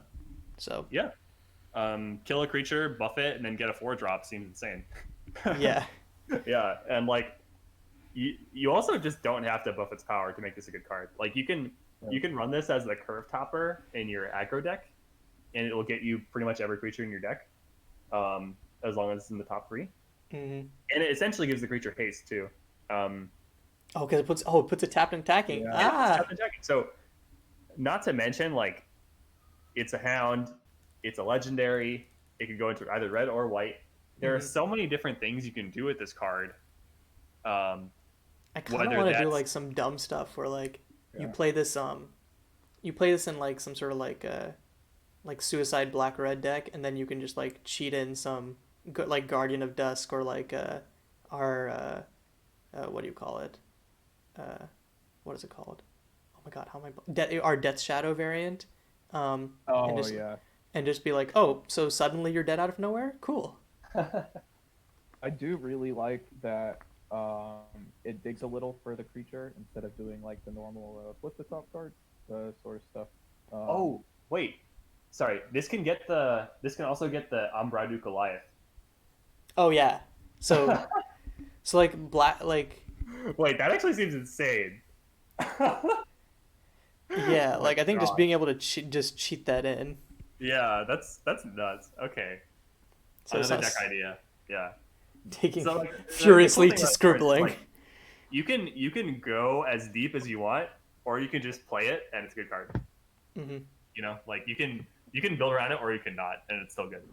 Yeah, I think- honestly can't see running like a zoo deck in these colors that doesn't run this just because it's generically good. Hmm. Yeah. Okay. Hard And agree. next up, we have a card that haunts my dreams from playing against it in sealed. Um, so it's Will of a Fickle Lord, 2 white blue enchantment. And at the beginning of each player's upkeep, you may exile target permanent that controls. If you do, return that card to the battlefield under its owner's control at the beginning of the next end step. If you ever wanted to piss off everybody at the table in EDH, this is one of those. Oh God. Yeah. So the thing about this card is I have it in my sealed deck, and it's good in limited, but it is so uniquely good in Kahembo that it's actually just ridiculous. You don't think like it's good with almost every single card because it works with resetting your own sagas. It works for getting rid of your opponent's +1/+1 counters. Works for resetting your into the battlefields. It works Tails. for resetting your tails. You kill their It works tokens. You can for- put them off a color by Yeah. exiling a land if they you only can have exile one land. land. You're like, you can just use this and set your opponent. This can just be a stone rain if you want. Yeah. And like Uh, in some like I think that comes around to how you can use this in MSEM. Like there are greedy decks in MSEM, and like this can punish them. You can also just like take out scary attackers that don't have ETBs or LTBs. Yeah. And like 4 mana is like a decent curve topper, so you can use this in like I think that like you use this in the same decks that would want Rippling Curtain, or like you can use it in something Yeah. like a Weaving deck where like you want to just get value out of This is great in weaving decks for sure. yeah, like because you just so many get of those value out of enchantments have Icon or ETBs. something. Like yeah, Yeah. it is. You can keep resetting your like photon barrier or whatever it is, or Oh yeah, 100%. yeah. It also it slows down attackers too, so you can tap out for this on turn 4, and it's basically like a temporary removal spell as well. It will pretty much always exile. Like the fact that it doesn't require any additional mana investment after you play this on turn 4 makes me hopeful that this card could actually be pretty strong in MSEM. Yeah, this is a card that like I want to play with soon.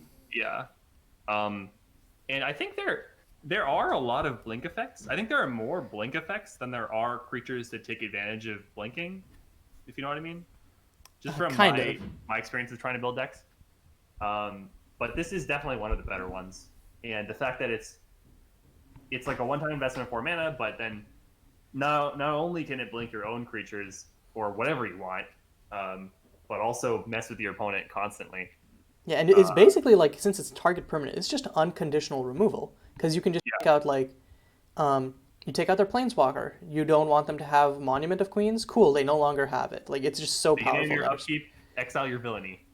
Yeah, like all of a sudden, just like Monument of Queens is a huge one that this absolutely counters. yeah. So I think that like, and I think that's one that's one that Weaving usually has trouble with because like the main removal is like Photon Barricade, and you put a Photon Barricade, Yeah. okay, it turns into a land at end of turn. Sucks. Yeah. So yeah, just really good all around. I think the last but not least, we have Xiong Mao, Restless Wave. Take it away, PK. Yeah, so this is like the fourth or fifth reincarnation of Xiang Mao. It is 2 hybrid black, red, and a green for a 3 loyalty planeswalker. Its +1 is you put a +1/+1 counter on up to 1 target creature, and then you put your choice of a menace, death touch, or trample counter on it. For its 0, target creature or Xiang Mao planeswalker you control fights target creature you don't control, and then its -1 is a simple target player sacrifices a permanent. Mm-hmm. So I think real quick clarification. It kind of uses some abbreviation to kind of make the effect fit on the card, but like I think in the technical Magic rules, you can't have a planeswalker fight a creature. Yeah, it's I kind of didn't just do it. errata and like hand waved as like this works intuitively. The idea is like it deals damage equal to its loyalty counters to a planeswalker. That creature deals equal damage equal to its power to Xiong Mao. Yeah, I think Garrick Relentless had the same effect. It just didn't have it keyworded. Yeah, and it doesn't. It's probably just in the interest of saving space and readability of the card. Yeah. Mm-hmm. This seems like an overwhelmingly fair planeswalker, and like I'd mean that in Yeah. a good way. It seems like it could just fit into like any number of reasonable mid-rangey decks that have like an aggressive bent. Yeah, your green black or green red. This card's probably pretty decent. Giving stuff You need creatures. menace, death touch, or trample is pretty good. I especially like giving stuff menace to make them unblockable. Also, trample plus death touch, fun. Oh yeah. Yeah, if you get to stack that, Menace Death Touch is also a good combo. I think the interesting one to me is actually the last ability, because it doesn't actually seem like a very good effect, but the fact that it comes in with 3 loyalty and you can actually use this 3 times kind of adds up. So like the version of this where you just -1 it 3 times is actually a pretty good card, assuming it doesn't die, because like I feel like that sort of is not running ability. tokens, they're gonna lose at least 1 land, possibly 2. I feel like that sort of ability would be good against control. Just sniping a land 2 turns in a row. That's massive tempo loss. If you resolve this against control, this is probably just gonna keep killing their lands, and then Or like, and they're like, oh no, I have to play something. Like what? They're gonna play a villainy, and then and then they have to sacrifice their lands anyways. They play a planeswalker. It's like, well, I'm still gonna have to lose my lands, and then if you answer their planeswalker, then they're so behind. Actually, so many cards in this review are making me think like, wow, I should be playing with this. You know, like I think this card is better than I originally thought. Like gave it credit for? Yeah, 100%. Yeah, like when I read this card, I was like, oh, it seems alright. It's like a standard planeswalker, whatever. You know. And then like you start like thinking about the play patterns. It's like, hold on, hold on. I actually feel like the best case for this is you just keep -winning them. Like, I don't know. I honestly think when it comes to like generic usage, it's one of the better Xeon Mouse for sure. Oh yeah. Actually. Okay, and one thing I want to quickly mention is I do not know how people keep finding like red panda art for Zhongmao planeswalkers. Like, how do you keep finding like of all animals anthropomorphic red pandas? There are what, like 4 Zhongmaos now? How are there 4 Zhongmaos? Red panda is a fairly common animal. I mean, like fairly popular animal. I mean, all the art makes it look like the same. It's really impressive. All the art makes it look like the same red panda. Like we have a goddamn red panda and a monocle and a top hat. I don't know how like we get this art without it being commissioned. It's possible that there's like a red panda character who's popular in like some franchise, and that all of these arts are fan arts of the one character. As far as I know, they aren't, because I've looked up the arts to get the art source and like their thumbnail or whatever, and like I like they all just seem to be like disconnected arts from the description. That's even more impressive then, yeah. Yeah, I think it's a testament both to if it exists in your imagination, there is art of it, and also just the art searching prowess of these set creators. Yeah. Okay. We're running a little bit long on time, so I'm going to quickly move into discussing the 2 land cycles. So the first one, and the one that has made the biggest impact on MSEM, are the mono fetches. So all of these have pay 1 life, add a mana of that color, or pay 1 life, sacrifice it. Search your library for land with so-and-so basic land type, put it onto the battlefield tapped, put it onto the battlefield and shuffle your library. They have been errataed, so now that if it's a non-basic land that has that land type, it enters tapped. So basically, you can either find a basic and it'll enter untapped, or if you find like a dual land, you have to make it enter tapped. So the thing about the mono fetches, I think they were pretty underrated when they first came out. They were basically better than the shock fetches in every scenario in two color decks specifically, and obviously in monocolor decks they're just way better. Now that they've been nerfed, I think it's a much healthier place where like whether or not you want to play shock fetches or mono fetches is very deck dependent. So like if you're running a 3-color deck that happens to index heavily on one color, like say you're a mono green deck that's splashing white and black, or your villainy that's splashing white and red. I think villainy is like one of the biggest winners from these. Yeah, and like they're still very good because being able to fetch duels or man lands or whatever is really solid to have on your fetch. The one other thing I'll say is that I think people often overlook the fact that you don't have to sack it. Which is like big money. Like just using it as a land, like turn 1 or something, or turn 2. Like like not or like even later. Yeah. Yeah. So like it doesn't get stuck like some fetches where like if you don't have a target, it's like, well, this is just useless. Yeah. And one thing that I think people should be doing more is they should be running more of these in decks with cards that care about either sacrificing permanents or shuffling your library, or having lands enter the battlefield or stuff like that, because you want to be able to do that on key turns, right? Mm-hmm. So let's say I tap out for a Scion. If I sacked my fetch land before, and like let's say I want to be able to activate the Scion's ability, if I don't draw a land, I won't be able to do that, right? Mm-hmm. But if you just tap out for your Scion, casting it with using the mono fetch as just a regular land, next turn you can activate the Scion's ability at instant speed whenever you want. Mm-hmm.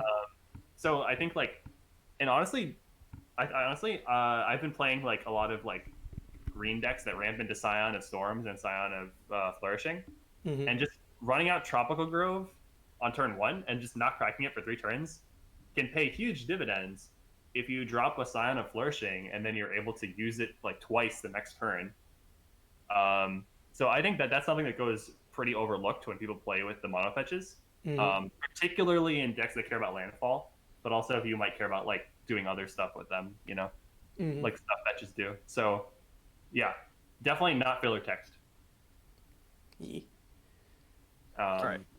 The next cycle is one that I'm personally really excited for. It's fetchable tri-lands.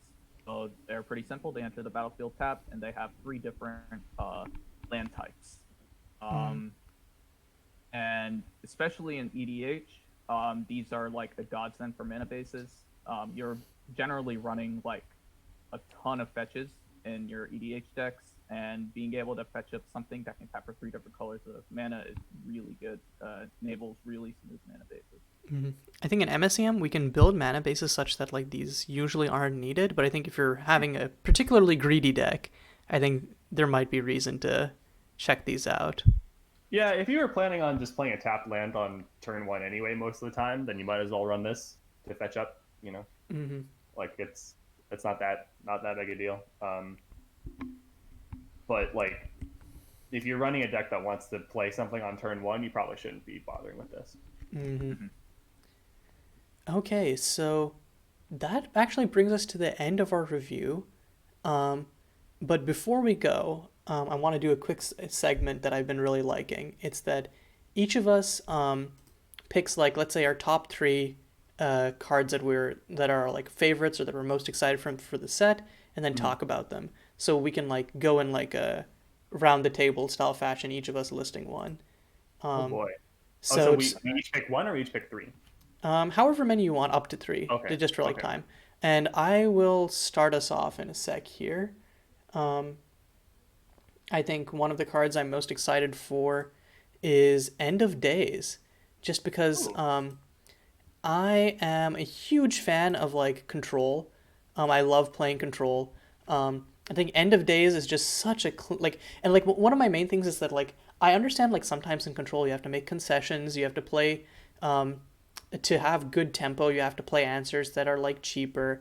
But like my favorite part of Control is just having the perfect answer. And End of Days is just the perfect answer. It is like if it was the only way it could be better if it was actual planar cleansing, but like you can manipulate this so that it has upside, and it's much cheaper than planar cleansing. So like the control player, like the complete control player in me, just like is very excited for End of Days. It's great for control too because usually control will have either 0 or 1 non-land permanents in play, Mm-hmm. so you can just not kill your 1 permanent, and you're Gucci. Mm-hmm. Yeah. So Anything else you wanted to bring up? nope. Who wants to go Okay. next? Okay, so I think the cards I was really excited about, I sort of ranted about already. Mhm. But I will rant about them again because I love them. So on Enter Encounters, this card should not be slept on. It is in the right deck at baseline a 2-mana draw 2, which is a better chart course. In the right deck, it is a 2-mana draw 4 or 5, and you can also cast it. It also cannot be countered. You can also cast it in either blue or green decks, and it has great synergies with many cards in the format, such as Cane Dancer and Ancestral Council, that are already good. So yeah, I already gave my spiel on that card, but I think people should be trying more to break Enter Encounters. The card's insane. Second card that I really like. Wait, hold up. We're going like one card each. We're going 1-1. Okay, sorry. Okay, so So my card, which is a bit of a weird one, but as an EDH player, I'm excited for its Petrify, which I think is like prime EDH removal for commanders specifically, because you don't want to send them back to the command zone. I think cards like these are really overlooked in EDH. You definitely want at least one of these that can sort of basically get rid of a commander for like an extended period of time, especially one that doesn't turn them into a creature, because I'll often see one similar to these used, and then they just block with their commander, and the commander dies, goes back to command zone. But this specifically doesn't let them block with their commander. The extra land doesn't really mean much, and so it's a really good way to like get rid of a commander for an extended period of time. Dope. Okay, so my second card is probably unsurprisingly, given how much I gushed over this earlier, Plaxodil, or however you pronounce it. Just, it's just amazing value. I think that, like there isn't really much that I can say about this that isn't just explained by reading the text. It's cute. It's powerful. It provides insane reach / card advantage. What's not to love? Yeah. Okay, my second card is Anomalion. I think Pipsqueak described Anomalion to me yesterday as a quote-unquote baller card. I think that's a pretty fair assessment. Anomalion is just if you're playing a good old-fashioned beat 'em upside the head creature deck, Anomalion is exactly what you want. It's great on turn 2. It's great on turn 5. It lets you attack with impunity into opposing boards. It gives you a mana sink for when you run out of cards. It gives you so many options just going into the late game. It's a 3 for 2. It just does everything, and it has really, really cute art. So what's not to love? Dope. All right. My next card is a commander I'm really excited to brew with. Is Kiana the Unyielding. Generally, aggressive decks in EDH are like not great. Mostly due to the prevalence of like sweepers and removal. However, I do think the baseline of having 2 combat steps a turn, plus having 3 other turns that you can do stuff on, makes Kiana much better, and a really cool commander to brew around. 4 colors. You have 4 colors that you have access to, and a really dope activated ability that basically allows you to untap stuff for really cool. I think has a lot of potential for both a really aggressive EDH deck and then one that can do some really neat combos, especially with the secondary activated ability. Mm-hmm. Yeah. Okay, so my third and favorite card that I'm super excited for is Will of a Fickle Lord. I mentioned earlier, I love being able to answer anything. Will does that. I love being able to generate card advantage and just like overtime insane value. Will of a Fickle Lord does that. It's just it feels like a card where the way you lose when you have it is because your opponent removes it. But if you keep it, it's just incredibly flexible, and it just goes over the top. Yeah. And like I love playing like enchantment control decks. I think like the most fun I've had in playing MSEM has been like playing control combo decks or like just control super value decks. And I think this goes perfectly in those strategies. Mhm. Cool. Yeah. So my third card, I actually have a lot of cards that I'm really excited for, but I think some of them, other people are also excited about them. Mm-hmm. So I'm going to pick one that I think is being slept on a little bit, and that's Ruinous Naga. Mm-hmm. As I mentioned before, Ruinous Naga is just a good creature. Um, it it is, you can probably expect it to be around a 4/4 trample for 3 mana, with the potential to grow bigger, because you're usually going to see like one fetch getting cracked, or I don't know, like Planeswalker dies, or Treasure gets cracked, Clue gets popped. I don't know, something, right? Like something's going to happen, and it's a good creature that comes with just a very nice card to have in whatever situation you want, which is Destructive Revelry, or it's called Spell in the Grave. But being able to just deal, like, destroy a villainy, destroy an Intrepid, or whatever annoying artifact or enchantment your opponent has, while you're playing a deck that's probably mostly creatures, is really, really good. And I think that, like, Ruinous Naga should be getting more hype. I think it's a really, really solid flexible inclusion to any aggressive creature deck. Mm-hmm. Yeah, I think All right. red green was definitely not on my radar as much as it is now after this review. Yeah. All right. My last card is not one that's being slept on, but it is my favorite card in the set, so I'd be remiss if I didn't plug it now. And it is Prodigious Plania, because not only is it a really good card with insane combo potential, also a cute mouse. And that's really all there is to say. It's a really good card. I mean, the fact that you can flicker it and get extra turns is like ridiculous. But it's not often that a really good card is also very cute. So. Yeah. Okay, cool. I think that about wraps up our review. So, Dodger, thanks for joining us for the first time. It was super great to have you on. Of course, thanks for having me. Similarly, PK, it's been a long while since we've done a review together, so I'm super glad that we got to get back into that groove. That was great. Pip is not here, but she's going to probably see this at some point, so Pip, thanks for joining us for the first half of this review. And with that, we are done with our review of Kahembo Old Dawn, and also done with all of the sets that have been added for the summer rotation of MSEM. So any future reviews will either have to be done after the September fall release, or will have to be a throwback review. So we'll see what happens going forward, but until then, this is Caillou, PK, and Dodger signing off.